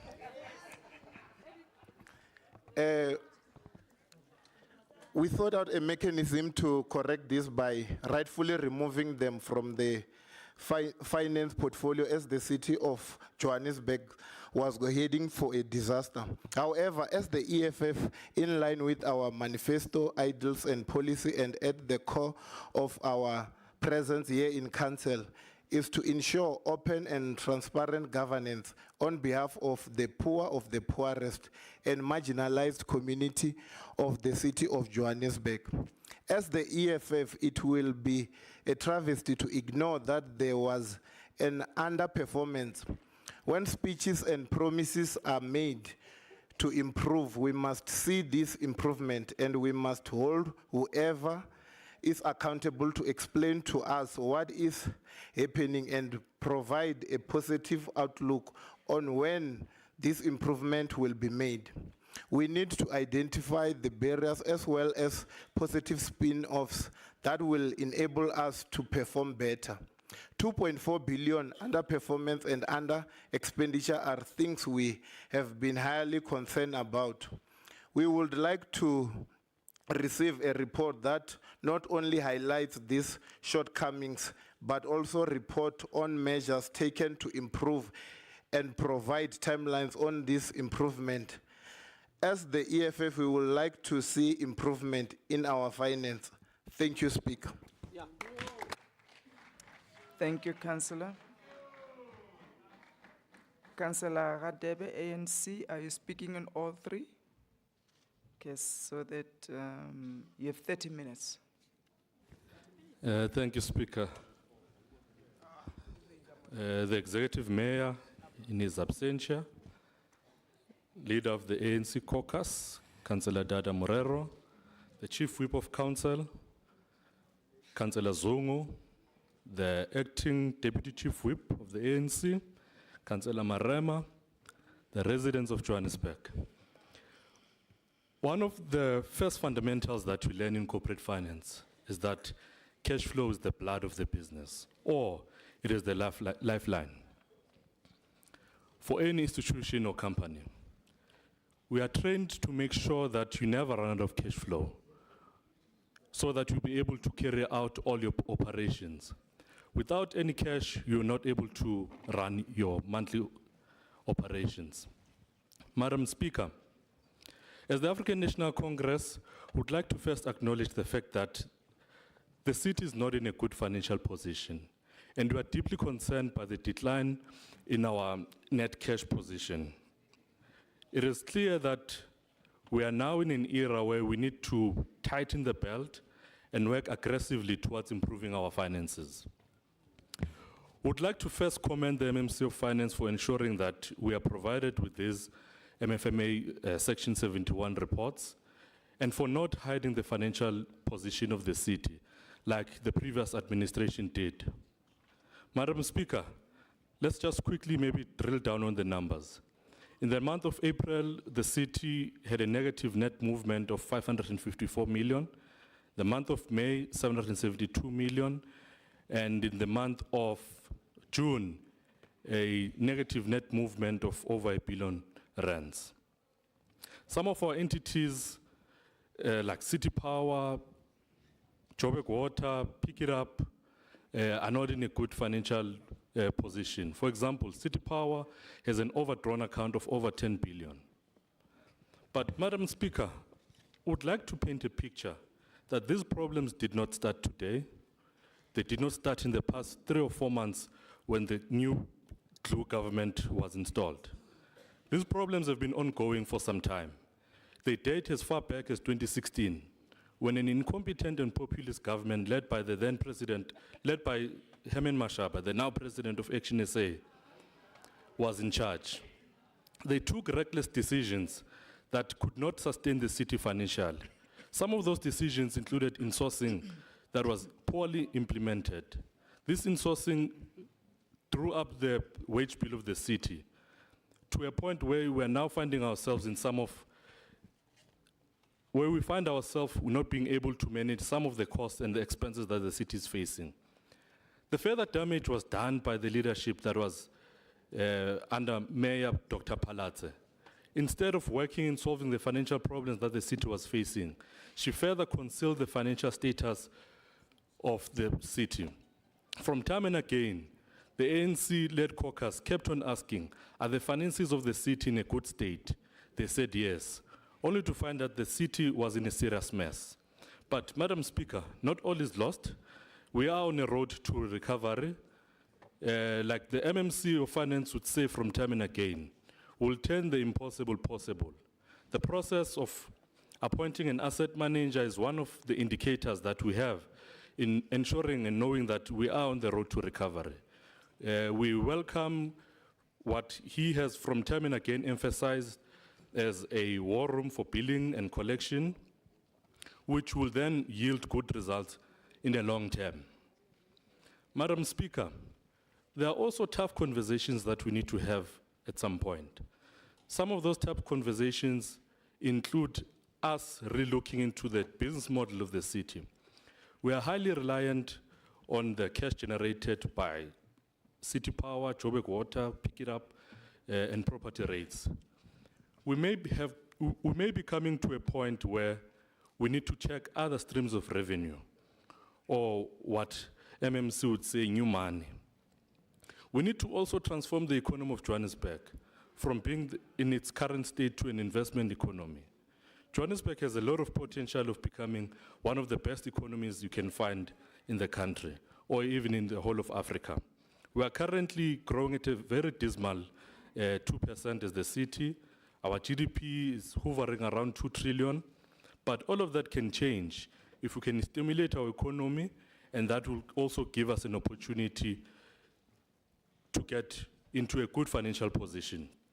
In conclusion, Madam Speaker, I would like to emphasize the GLU government is more than capable of turning around the city and making sure that we are back into a good financial position and we've got stability in the city.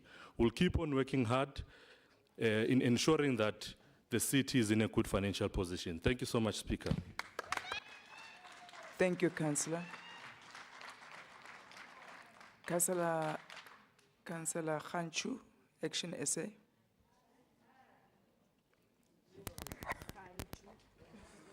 I greet you, Speaker, Whip of Whips, and Executive Mayor, and all my colleagues.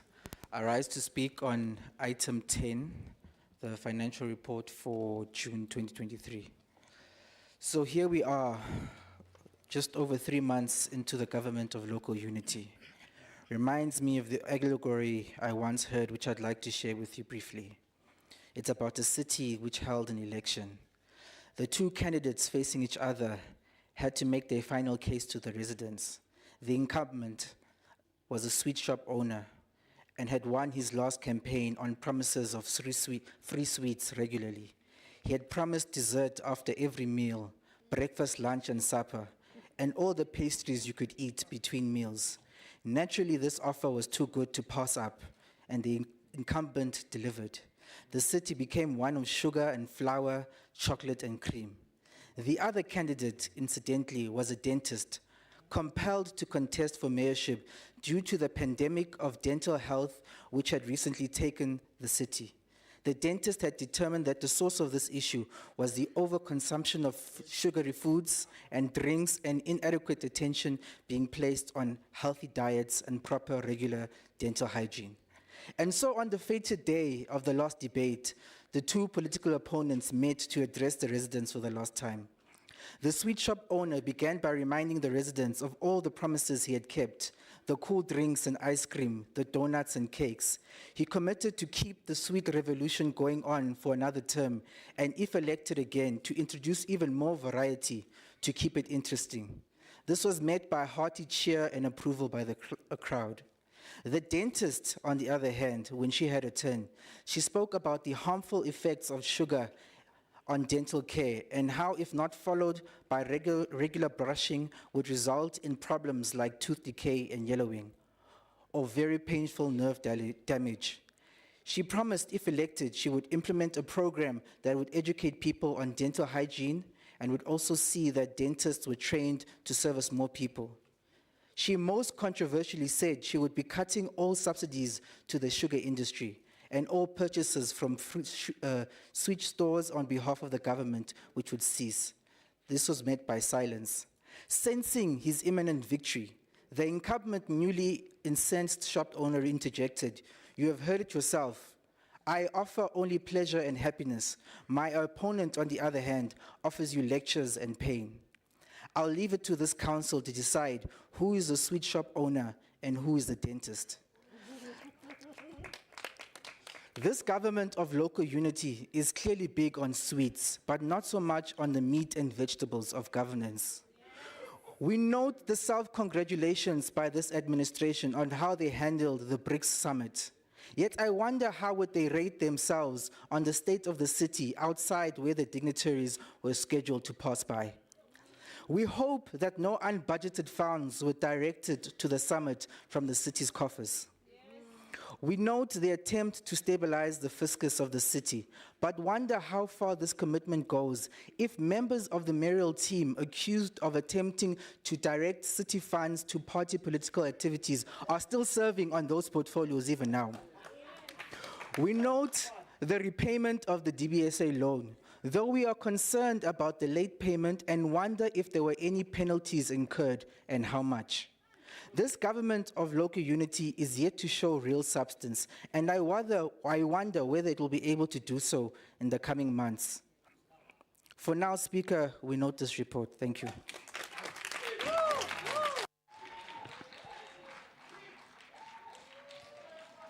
Thank you, Councillor. MMC Morero, you would have 15 minutes to speak on all three reports.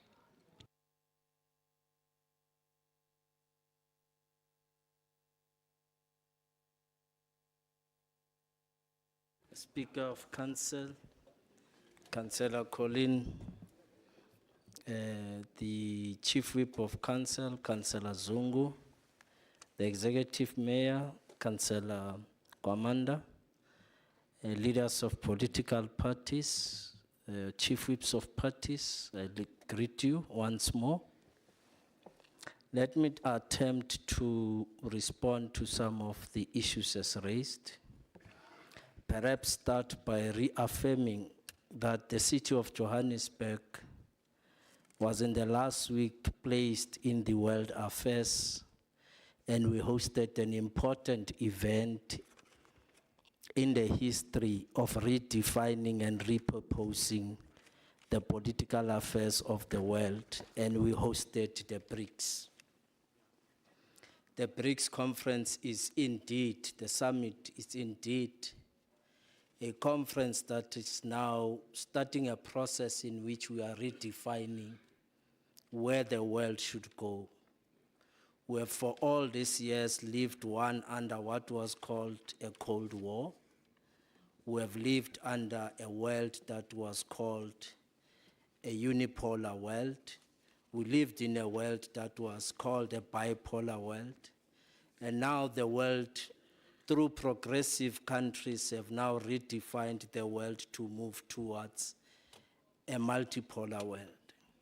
So indeed, in redefining the world, we have accepted that we are establishing a new currency.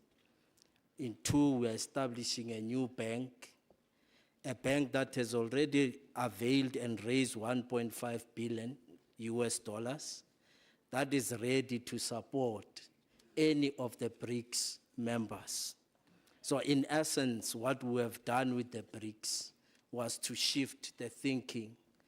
There's always been a saying that in the world, there's two types of people that exist, which has always been one, the West, and the rest. Now the rest have now taken a position to reaffirm and redirect the world. And in the near future, we will be talking about at least over 60% of the world's population would now be members of the BRICS. And that on its own would mean that the time for imperialism has now come to an end. Let me therefore say, Madam Speaker, in responding to some of the issues raised, we are under no illusion to think that the financial position of the city is strong. we are the first to have admitted when we took over that indeed the financial position of the city is not looking good. And as a result of that, we have put in place measures in an attempt to try and correct the financial position of the city. Since February, we have been working hard, and hence we have established institutions or forums to help us to increase the collection rate of the city and ensure that there's billing completeness in the city of Johannesburg. So we've been busy doing that. We've also been monitoring the levels of collection month by month to determine whether we're doing well and where are the problems, what more do we need to do to ensure that we can bring the financial collection of the city to at least just around 90%. Now, I can say, Madam Speaker, in the last 2 months we've done well, or in the month of June, wherein we believe that we have been able to increase our collection rate. Let me now refer to the Section 71 reports, which of course, as stated in the FMMA, that I quote, the accounting officer of a municipality must by no later than 10 working days after the end of each month submit to the mayor of the municipality and the relevant provincial treasury a statement in the prescribed format on the state of the municipality's budget. The FMA does not specifically make requirements for the Section 71 reports to be presented to council. However, it has been the practice in the city of Johannesburg to present them to council in the interest of transparency and ensuring that councillors do form part of the finances of the city. The submission of these reports to council structures is, however, dependent on the alignment of meeting dates with the timelines for reporting preparations. Unfortunately, at times, reports are held up in the process due to this misalignment between when reports are completed and when meetings are scheduled to consider reports. These 3 reports represents the last quarter of the financial year with the following key activities that usually happens in this quarter. 1, no grants transferred are received in this quarter, as the 3rd and final tranches of all grants were received in March, in line with the grant payment schedule in the Division of Revenue Act, or what we call DORA. Cash inflows for the city in the last quarter traditionally decline as the city becomes dependent on revenue collection. Cash outflows increase in June due to some payment commitments that need to be settled by year end. Now, Madam Speaker, contrary to what some amongst us predicted, the short-term borrowing of the 2 billion from DBSA was successfully repaid exactly on the 30th of June in line with the requirements of Section 45 of the FMMA. We'll also be able to successfully redeem long-term borrowing of over 2 billion from the ring-fenced funds in the sinking fund. It is also important to note, in the reports of April and May, the revenue data was not available at that time of compiling the reports due to the ongoing data maintenance exercise subsequent to the system shutdown in June. Now you would see that we had also underwent a maintenance of the system, which also affected the SAP system, which affected or impacted negatively on our collection and billing around the period of April.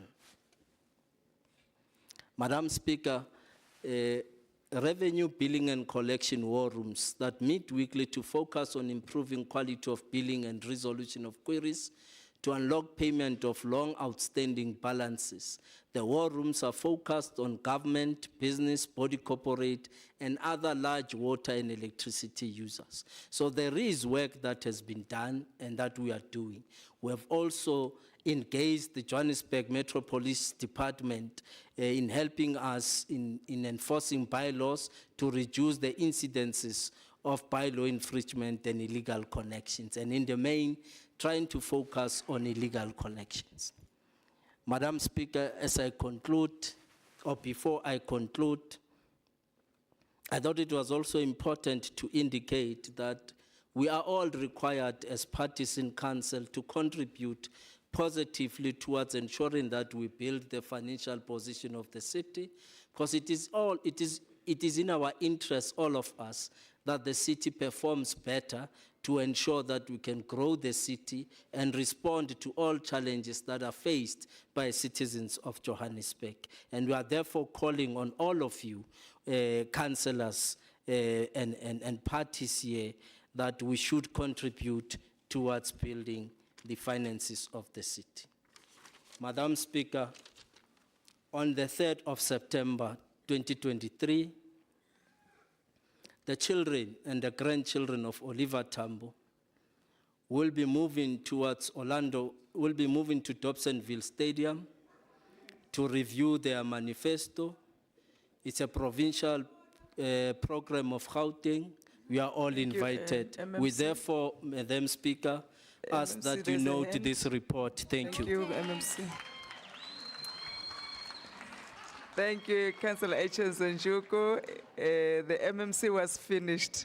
The MMC was finished, but you can speak on record. It's fine. Madam Speaker, can we please be consistent in the House? The MMC was talking about political activity while he's responding to an issue of questions and the speeches.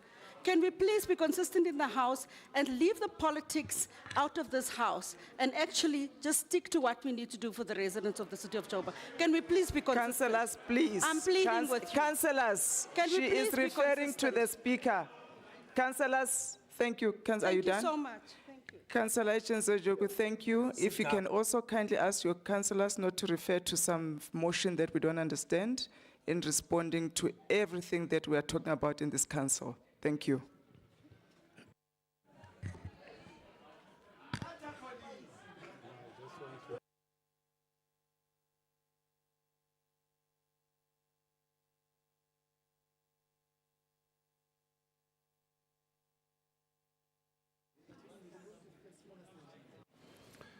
All right, councillors, we move to item 11, which is motivation that council certify as irrecoverable and write-off irregular and unauthorized expenditure for August 2023.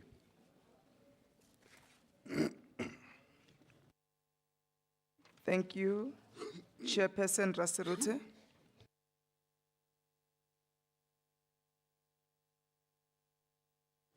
Kelewa, Speaker. Thobela ntate Mayor. Nale kae. Molato wa huo.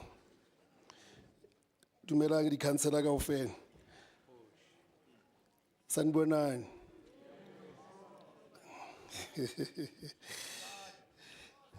Yeah, Speaker, I get to table this report from our committee. MPEG motivation tabling statement, 29th August 2023, item 11. Madam Speaker, I rise to table the motivation by the Section 79 Municipal Public Account Committee for Council to certify as irrecoverable and write-off irregular and unauthorized expenditure. According to Section 32, subsection 2 of the MFMA, a municipality must recover unauthorized, irregular, or fruitless and wasteful expenditure from the person liable for that expenditure unless the expenditure after investigation by a council committee is certified by the council as irrecoverable and written off by the council. Further, according to Regulation 74, subsection 1D of the municipal budget, a reporting regulation of 2009. Once a council committee has investigated the recoverability of UIFW expenditure, the committee submit a motivation to council explaining its recommendation regarding the recoverability of the expenditure. Speaker, noting these pieces of legislation, on the 8th August 2023, the committee agreed to recommend to council that UIFW expenditures be certified as irrecoverable and written off. These expenditures covers various core departments. The expenditures range from 2010-2011 to 2019-2020 financial years.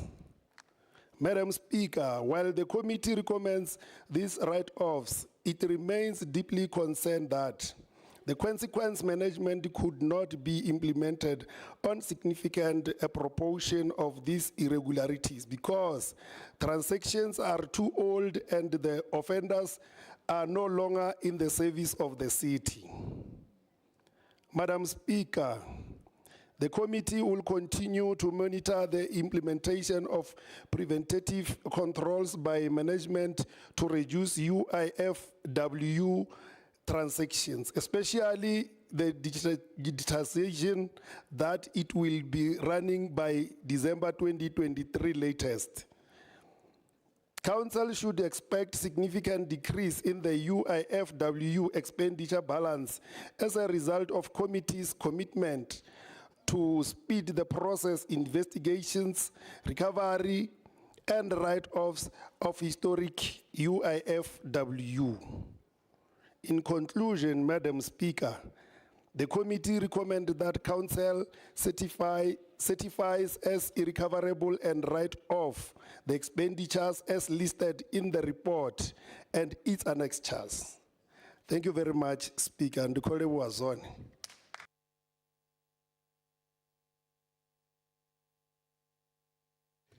Thank you, Chairperson. Councillor Abdul, UIM.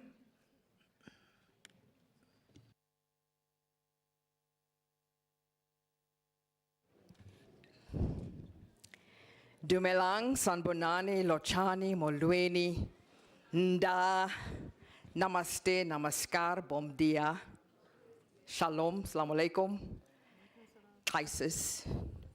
I must say, I missed you. I actually missed everyone sitting here. I don't care from what side you are, from that side up until that side. I missed every single one of you because here's the thing. We are all just human. When we take off our t-shirts, we are just human beings, and we must always remember that. So, on the point of the writing off, I thank you so much. I'm so honored to be serving with Chairperson Rasirote and the rest of the team. This was a very concerning point that we had to discuss, and that is the fact that I like these words that's used, irrecoverable, irregular, unauthorized expenditure, when in actual fact, dear fellow citizens of Johannesburg, what we are basically saying is about 194 million rand was actually stolen from you, basically. Let's just, sometimes it's good to just call a spade, and that is what the UIM is really all about. So money was stolen, and it is expected from this council to write it off, because what else can we do? The money is gone. Some people are staying at home. They have taken the money for themselves, doing whatever they want. The problem is the consequential management, the legal steps that's not being taken, the duration of the investigation is just phenomenal. The other point is this ping pong games that's being played here, blaming each other for what has happened and what was supposed to happen, what was not supposed to happen, is really detrimental for the citizens of Johannesburg, because in the meantime, thieves are stealing. Taxing the middle class is also not a solution. We need to be more consequential and be more. Thank you. Councillor Abdul, there's a hand. Sure. Can kindly take your seat. Yes, Councillor Rapatu.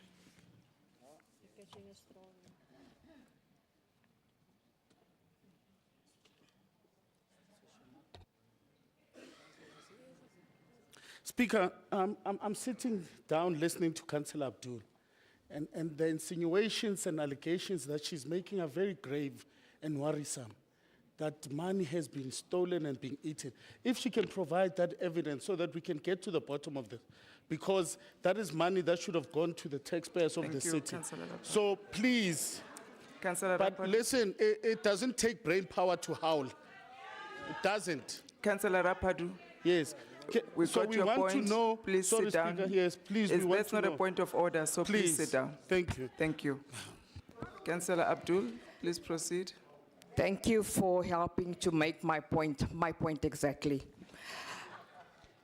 I would also like to convey my condolences to the passing of one of the EFF members who passed away during their festivities, Mr. Moses Mazamolela. Then I would like to say the following. The monies that we are writing off as monies that could have been used for social development and economic development. And then lastly, I would like to concede, just like the first citizen of this country has conceded that they have not done right to the people of Asian descent, European descent, and First Nation descent. I would like to concede and say the following, that if we carry on the way we are carrying on, we will not be leaving a fruitful legacy, nor resources, nor anything for the next generation. So I think all of us in this room need to grow up and take responsibility for what is happening in this building and in the city. Thank you.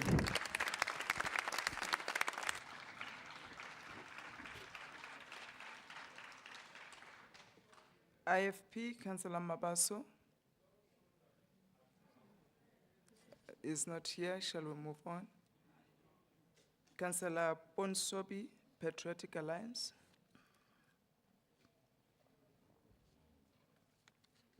Thank you, Speaker, and greetings to our caucus leader, MMC Kunene, Chief Whip, to you, Speaker, to the EM, fellow councillors, and my patriots, I greet you.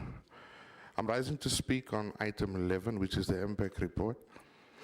The committee recommends that we, as council, approve the write-off of two amounts, 126 million and 64 million, and certifies these as irrecoverable as per section 32, subsection 2, A and B of the MFMA. Both of these amounts fell under the 2010, 2011 to 2019 to 2020 financial year. The amount of 126 million is said to be based on irregular expenditure. These amounts, as per Annexure A, was utilized by departments within the municipality from 2010-2011 up till 2017-2018, which places group comms at the highest on the list at a whopping 26 million and group finance at 32 million. One can only imagine what the funds were utilized for. On the amount of 64 million, which was certified as unauthorized expenditure, 3 departments within the municipality once again showed their might, of which group finance again came in at first place with an amount of 43 million, eating the bigger piece of the pie, and health in second with 16 million.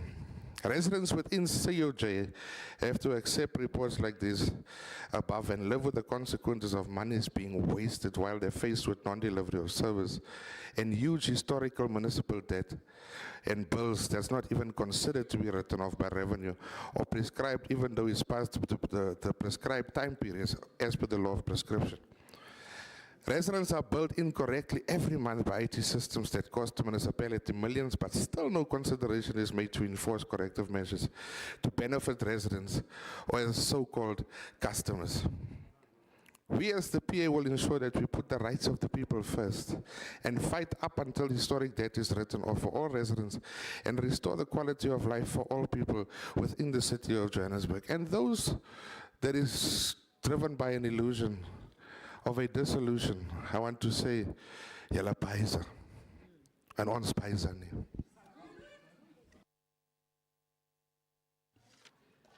Thank you, Councillor. Councillor Madukanene, Action SA.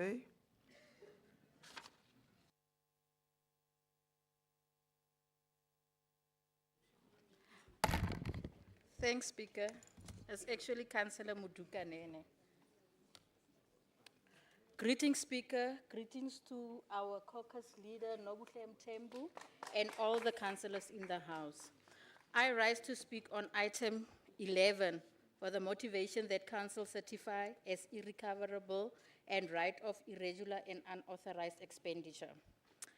Speaker, this whole exercise is a nightmare. These specific cases are historic. There are some dating back as far as 2010. Investigations take too long, which in turn undermines consequence management, as the persons implicated are not in the employment of the city anymore. The root causes of UIFWs can be attributed to the following factors: inadequate skills and capacity, governance failures, lack of accountability and consequence management, corruption, poor planning, abuse of Regulation 32 and 36 of the MFMA, outdated record keeping. They're still capturing their contractual end dates manually on a spreadsheet in 2023 in a world-class city. There is no appetite from the administration to self-correct, as we have repeat findings year after year, and the same remedial actions proposed each year, which are clearly never implemented. In order to reduce the UIFWs, we should professionalize the public sector. Appointments should be done on merit, competence, and a commitment to ethical leadership. The municipality should strengthen and institutionalize financial and performance management, disciplines, and information technology governance. The municipality should employ candidates who are affiliated to professional bodies, as this provides for a code of conduct which guides members on how to conduct themselves. Senior managers who have not adhered to their delegated responsibilities, particularly in the prevention of UIFWs, should be harshly dealt with. Speaker, MPEC is stuck between a rock and a hard place. Officials need to do better. The accounting officers need to do better. And our committees need to have more bite, because without it, we will be singing the same song for the next 100 years. That being said, we support the motivation to write off the said irregular and unauthorized expenditure, but with great concern. Thank you. Thank you, Councillor. Councillor Renton, DA.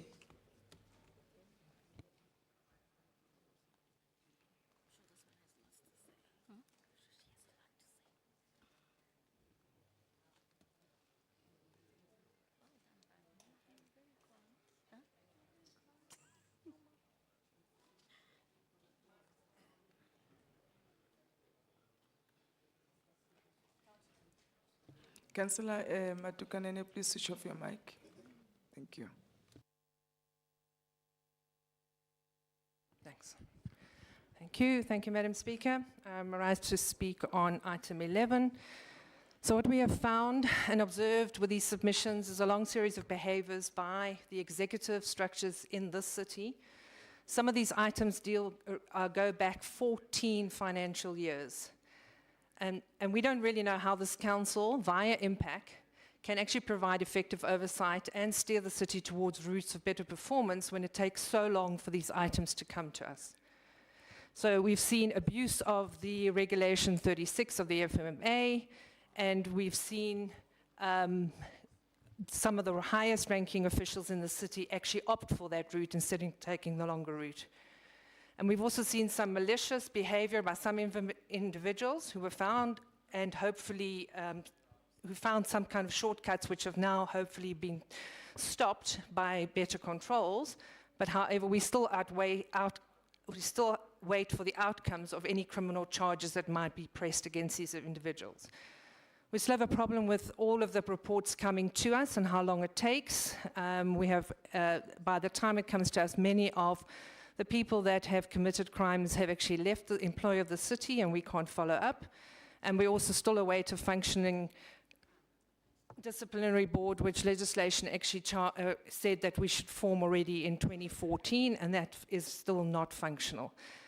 In light of that, we see this as a symptom of, of a dysfunctional nature within the council. And the DA calls for the dissolution of council to empower the residents of Johannesburg to vote for a better and more stable government. Thank you. Thank you, Councillor Sierrani, EFF.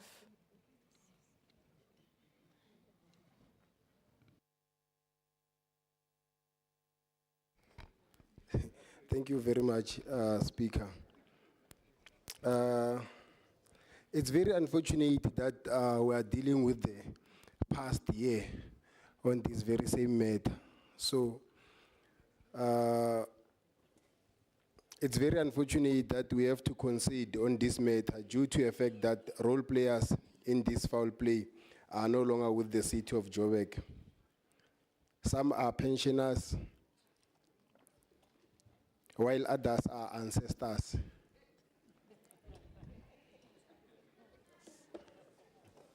We cannot help. Some of these things happened while majority of our councillors were still in school, doing their grade 12 and their college studies. I mean, 2010. So we cannot be held accountable for ancestors who are no longer with us in this council.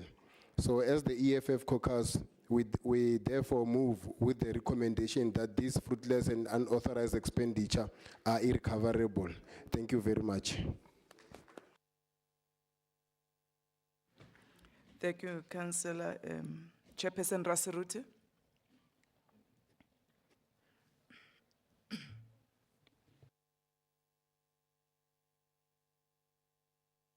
Thank you very much, Speaker. And let me take this opportunity and thank all members of the MPEC committee. They are not only fruitful here, they are also fruitful during committee meetings. Thank you very much. Let me thank Council, and I'm requesting Council to note. Thank you very much. Thank you, Chairperson. Councillors, the recommendations are on page 11.3. Is the item agreed to? Thank you. Councillors, we have to note the previous items. We got distracted earlier. Item 8, item 9, item 10, they were for noting. We did not note them. Can we note item 8?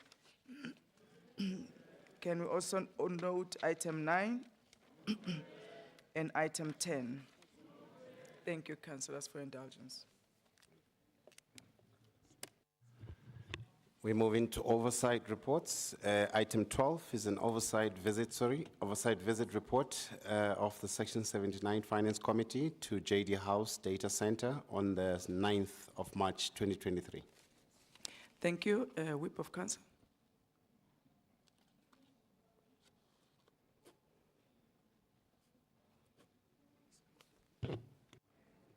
Thank you, Speaker. Speaker, I would like to request just 5 minutes of your time. I want to have a quick caucus with the whips. I just want to see if I can still try and convince them to remove that motion against me, Speaker. Thank you. Include me in there, please, Whip. I'll give you 10 minutes. 5 minutes granted.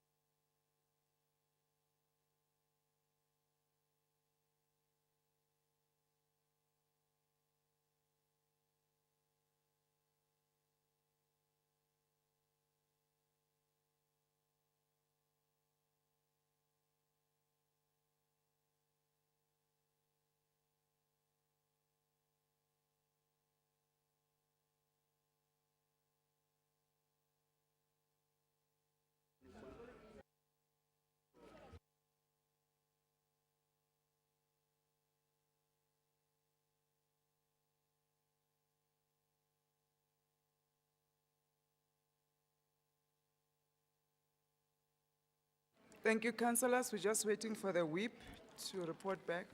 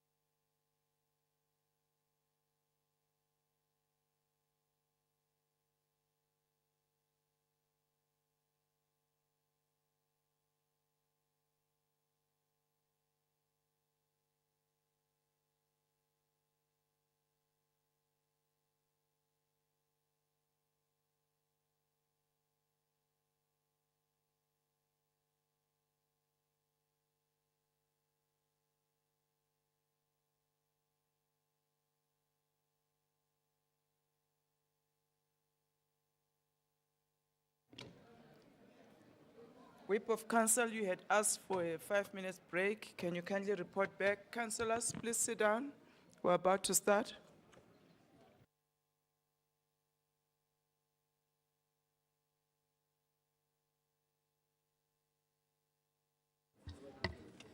Thank you, Speaker. But I see there's still a lot of movement here, Speaker.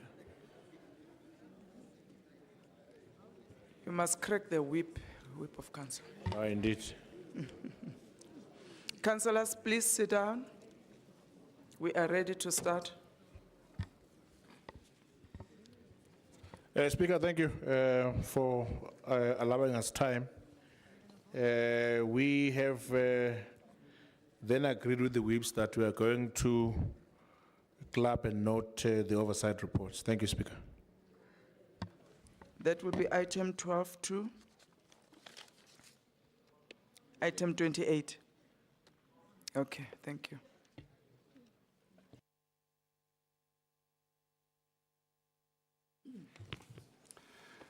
Councillors, we are on item 12, which is an oversight visit report of the Section 79 Finance Committee to JD House Data Center on the 9th of March 2023, and also read together with item 13 of the oversight report of the Section 79 Finance Committee to Orlando East, Orlando West, and Tuso House Revenue Center on the 23rd of May 2023.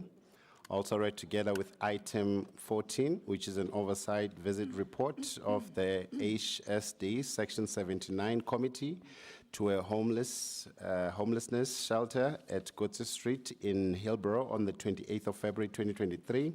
Also read together with item 15, which is an oversight visit report of the HSD Section 79 Committee to Bartram's Multipurpose Center construction site in Region F on the 28th of February 2023. Also read together with item 16, which is an oversight visit report of the HSD Section 79 Committee to Naledi Clinic construction site in Region D on the 28th of February 2023.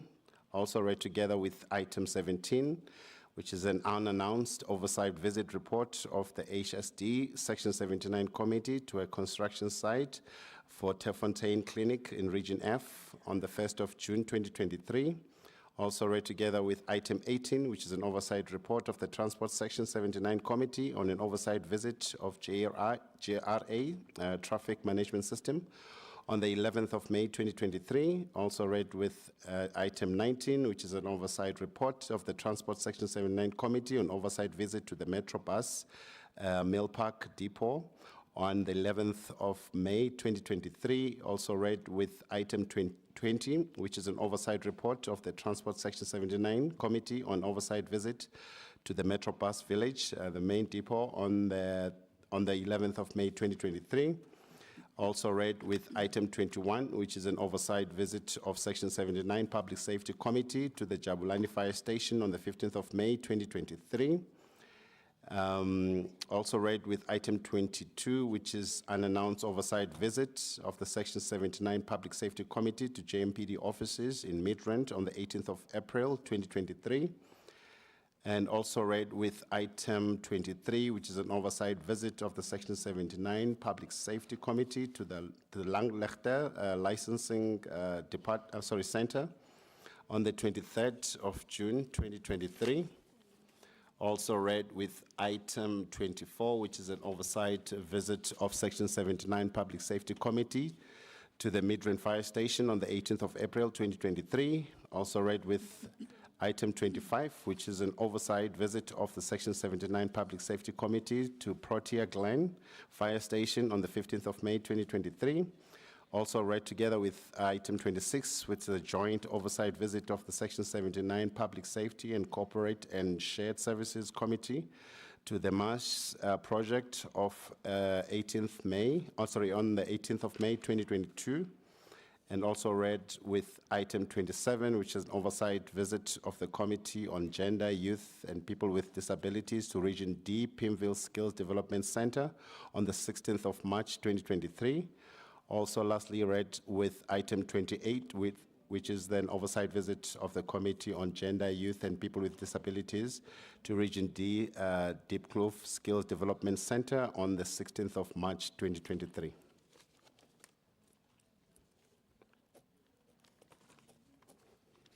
Thank you, Secretary. All these items are for noting. Item 12, item 13, item 14, item 15, item 16, item 17, item 18, item 19, item 20, item 21, item 22, item 23, item 24, item 25, item 26, item 27, item 28. Councillors, can we note all those reports? Thank you very much.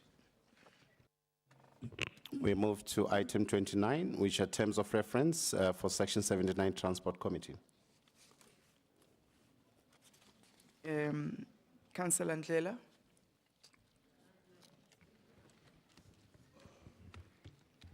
Thank you. Councillor Ndlela, there's a hand. Please sit down. Councillor Rainton. Thank you. There was just an error in filling in the form. If you could please note Councillor Ross Hooper for item 29, please. Councillor, who just come again on the name? Councillor Hooper. Hooper, Yeah. on item 29. 29. Thank you. Thank you, Madam Speaker, and greetings to you. To the Chief Whip of Council, Councillor Zungu, Executive Mayor, Councillor Kwamanda, Chair of Chairs, Councillor Phillips, the ANC Leader of Caucus, Councillor Morero, all the chairperson of Section 79 committees, and the fellow councillors. Madam Speaker, I rise on item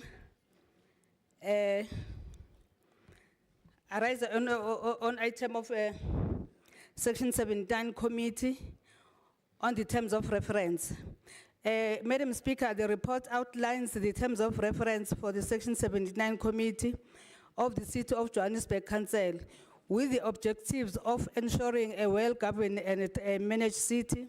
The committee has amended its current terms of reference to include the Metropolitan Trading Company as per the council resolution. The report states that the terms of reference must be compliant with the rules and applicable legislations. Thank you, Madam Speaker. Thank you, Councillor. Councillor Hooper, DA. Good day, Speaker, and my colleagues in the DA caucus. I rise to speak on item 29, the terms of reference for the Section 79 Transport Committee and the Metro Trading Company. I'll keep this short, Speaker.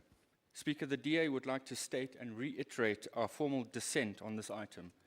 It simply does not make logical sense to move and transfer an entity responsible for ICT, functions, services, and software to the Transport Department.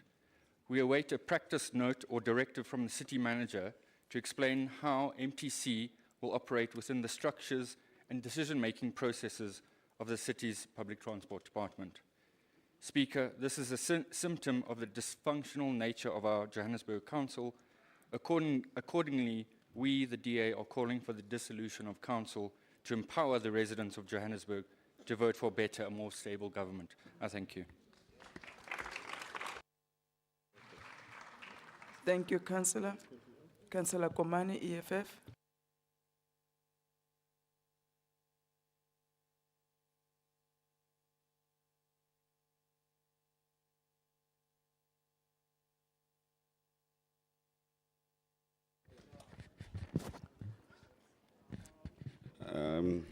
Distinguished Speaker of the Council, Honorable Mayor, Commander of the 29 battalions of EFF, Bapela Rasiruta, Caucus Whip, Tabisa Mahapi, esteemed councillors, respected guests, and our cherished city residents.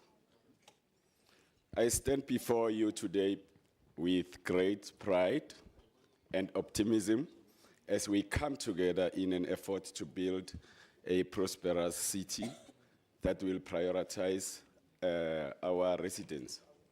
I would also like to express my most profound appreciation to the 29 battalions of the EFF led by the capable and fearless Bapela Rasiruta. Your dedication to the cause and the tireless efforts have been instrumental in shaping the destiny of our city. Your commitment to social justice and empowering our people is truly commendable. I further extend my warm regards to Caucus Whip, Tabisa Mohapi, who has tirelessly worked towards unity and effective governance within our council. Speaker, just a few weeks ago, on the 29th of July 2023, we came together at the iconic FNB Stadium to celebrate the 10th anniversary of the momentous event. This event symbolizes the dawn of a new era, a renewal of hope, a fresh beginning for the wonderful citizens of South Africa, subsequently the beloved residents of our city. We dare to say, indeed, 2024 is our 1994, a year when our people will regain their optimism and our city will undergo a transformation that will benefit all its residents. In conclusion, on behalf of the economic freedom fighters, I am pleased to announce our full approval of the terms of reference that is stipulated in item 29. Residents of the city of Johannesburg, as we move forward, let us remember the spirit of unity and hope that we experienced at the FNB Stadium event. Together we can and will build a city that we can all be proud of. Thank you for your unwavering support, and may our journey towards brighter future continue with a renewed vigor. Thank you. Thank you, Councillor. Chairperson Dlela.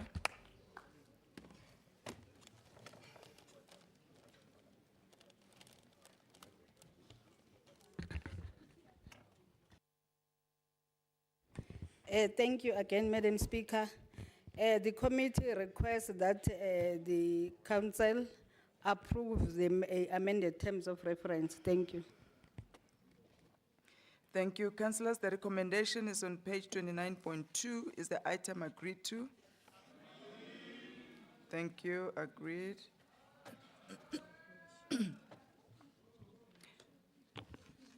Who are the noes? Okay, so you will note your dissent. Thank you.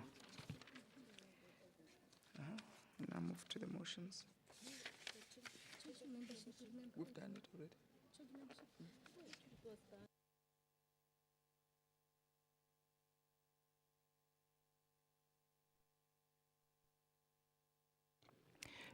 Chairperson Rafferty.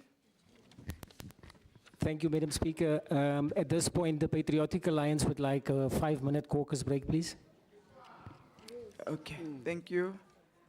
5 minutes caucus break, and then we're going to come back and deal with the motions. 5 minutes, please. Thank you.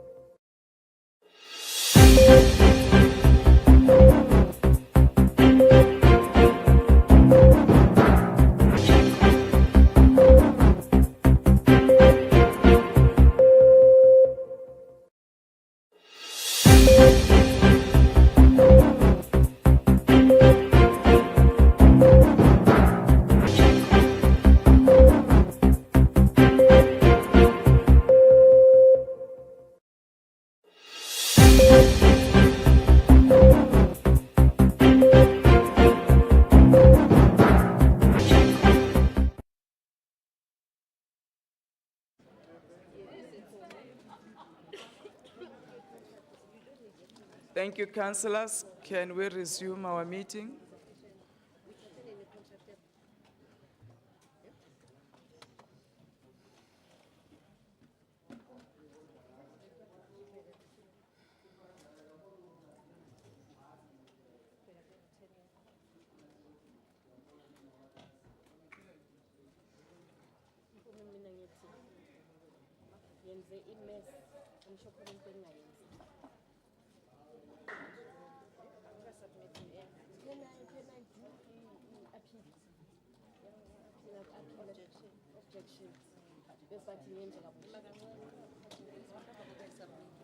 Thank you, councillors.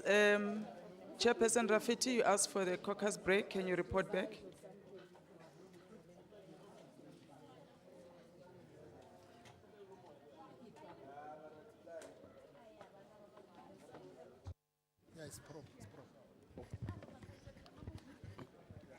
Thank you, Madam Speaker. I think just before I give feedback, I just need to pay homage.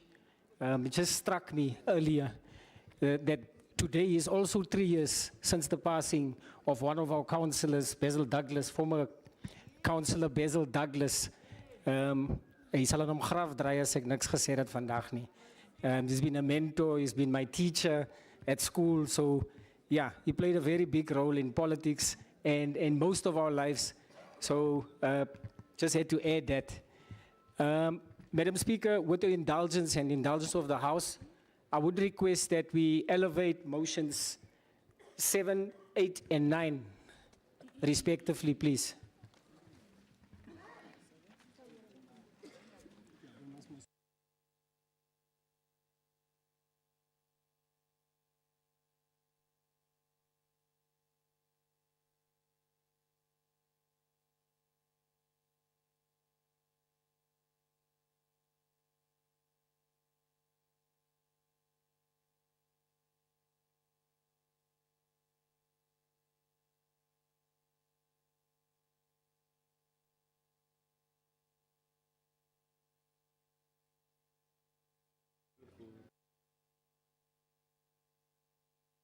Thank you.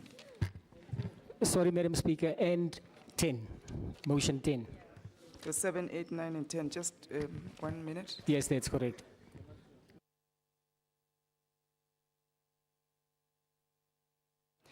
Thank you. I'll just put it to the House. Councillors, can we elevate motion 7, 8, 9, and 10 as per the request? Thank you. Let's proceed then. Motion 7. Motion 7, we are on motions. Motion 7 is recommends the City of Johannesburg Council to table a motion of a vote of no confidence against the whip of council, Councillor Thembi Sozungu. Proposer is Councillor Niemand.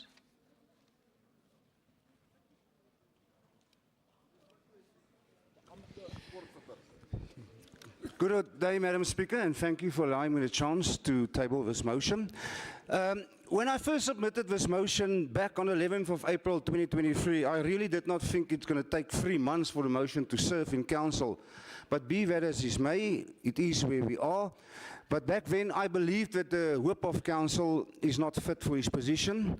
But also back then, the mayor of the city was still Councillor Amat. Mevrou die voorsittende beampte, die feit van die saak is, die stad van Johannesburg is tans onder 'n situasie van algehele chaos.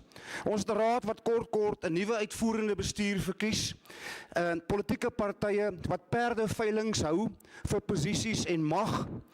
Die stad is in 'n algehele toestand van chaos. Die hoofsweep moet die dissipline in die huis handhaaf.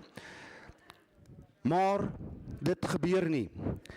Die enigste oplossing is dat hierdie raad moet ontbind sodra dit wetlik moontlik is en ons vir die kiesers 'n vars mandaat vra. The city of Johannesburg is dysfunctional.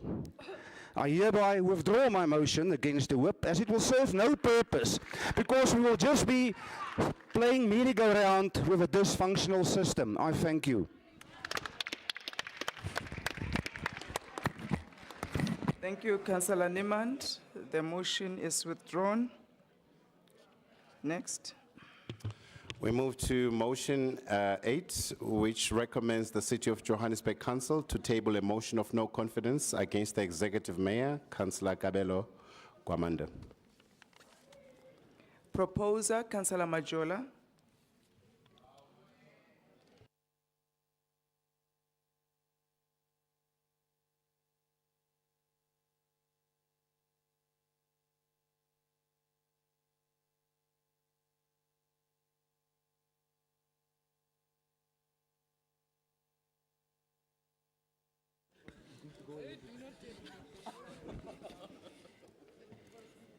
Thank you, Speaker.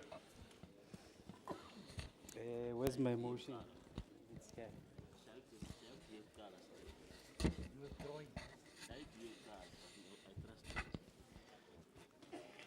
Thank you, Speaker. Speaker, I have been instructed by my caucus leadership to withdraw this motion. Thank you.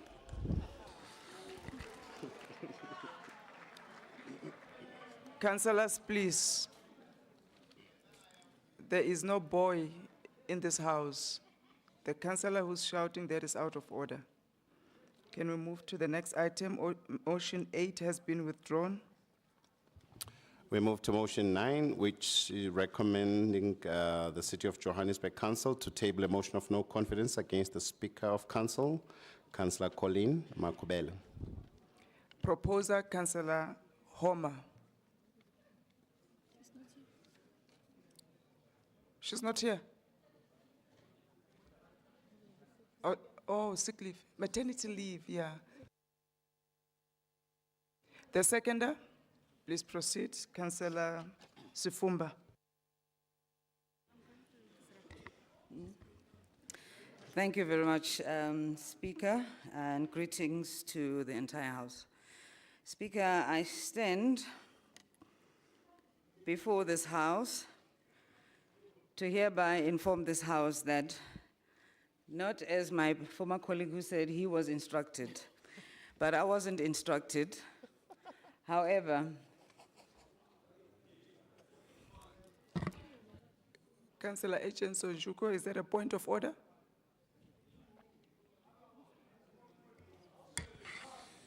It's a point of order, Madam Speaker, and it's a point of order in terms of Rule 93.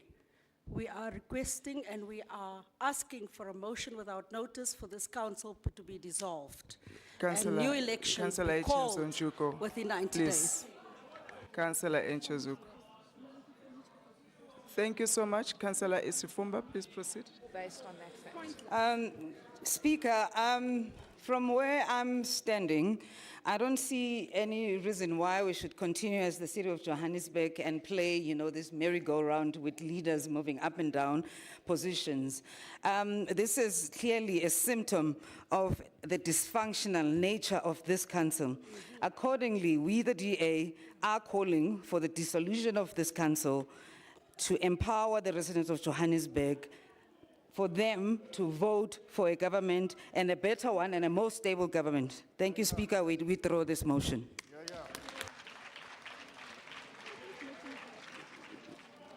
Motion 9 is withdrawn. We move to motion 10, which is recommending the City of Johannesburg Council to table a motion of no confidence against the Speaker of Council, Councillor Colleen Makubele. Proposer, Councillor Mtembu.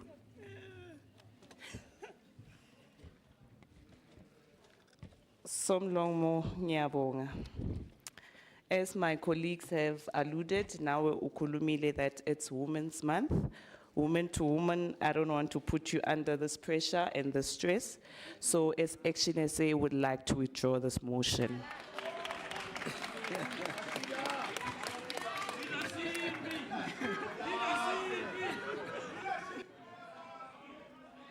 Thank you, councillors.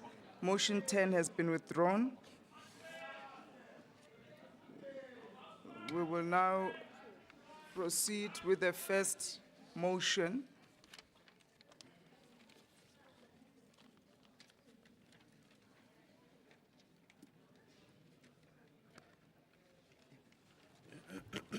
We are back to motion 1, which is recommending the City of Johannesburg Council to develop a plan to eradicate the chemical system within the next 60 days, that the city follows the budgeting process to ensure that the approved plan for eradicating the chemical toilet system is implemented during the 2023-24 financial year, and that the city consults with all stakeholders and ensures that the implementation is done in line with all relevant policies and legislation. Thank you, councillors. This motion will be the last item on our agenda for today. Then I will adjourn the meeting. The rest of the agenda items will proceed tomorrow. I would like councillors to go home and rest while it's still early so that we are fresh tomorrow to then continue. So we will finish this motion. Do you want to leave without doing this motion? Do you want to do everything tomorrow? I'm happy to adjourn now, and tomorrow we start with the tabling of this motion. Okay. It's fine. I will then adjourn here. Tomorrow is a continuation of this 21st Extraordinary Council. We'll start on motion 1. Councillors, I thank you very much for the wonderful council that we had and the great conduct and the work that was put in. Have a blessed day. Thank you. And thank you for withdrawing the motions.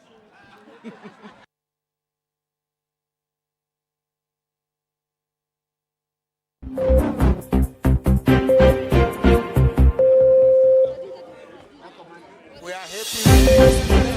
Don't bring them again until you dissolve council.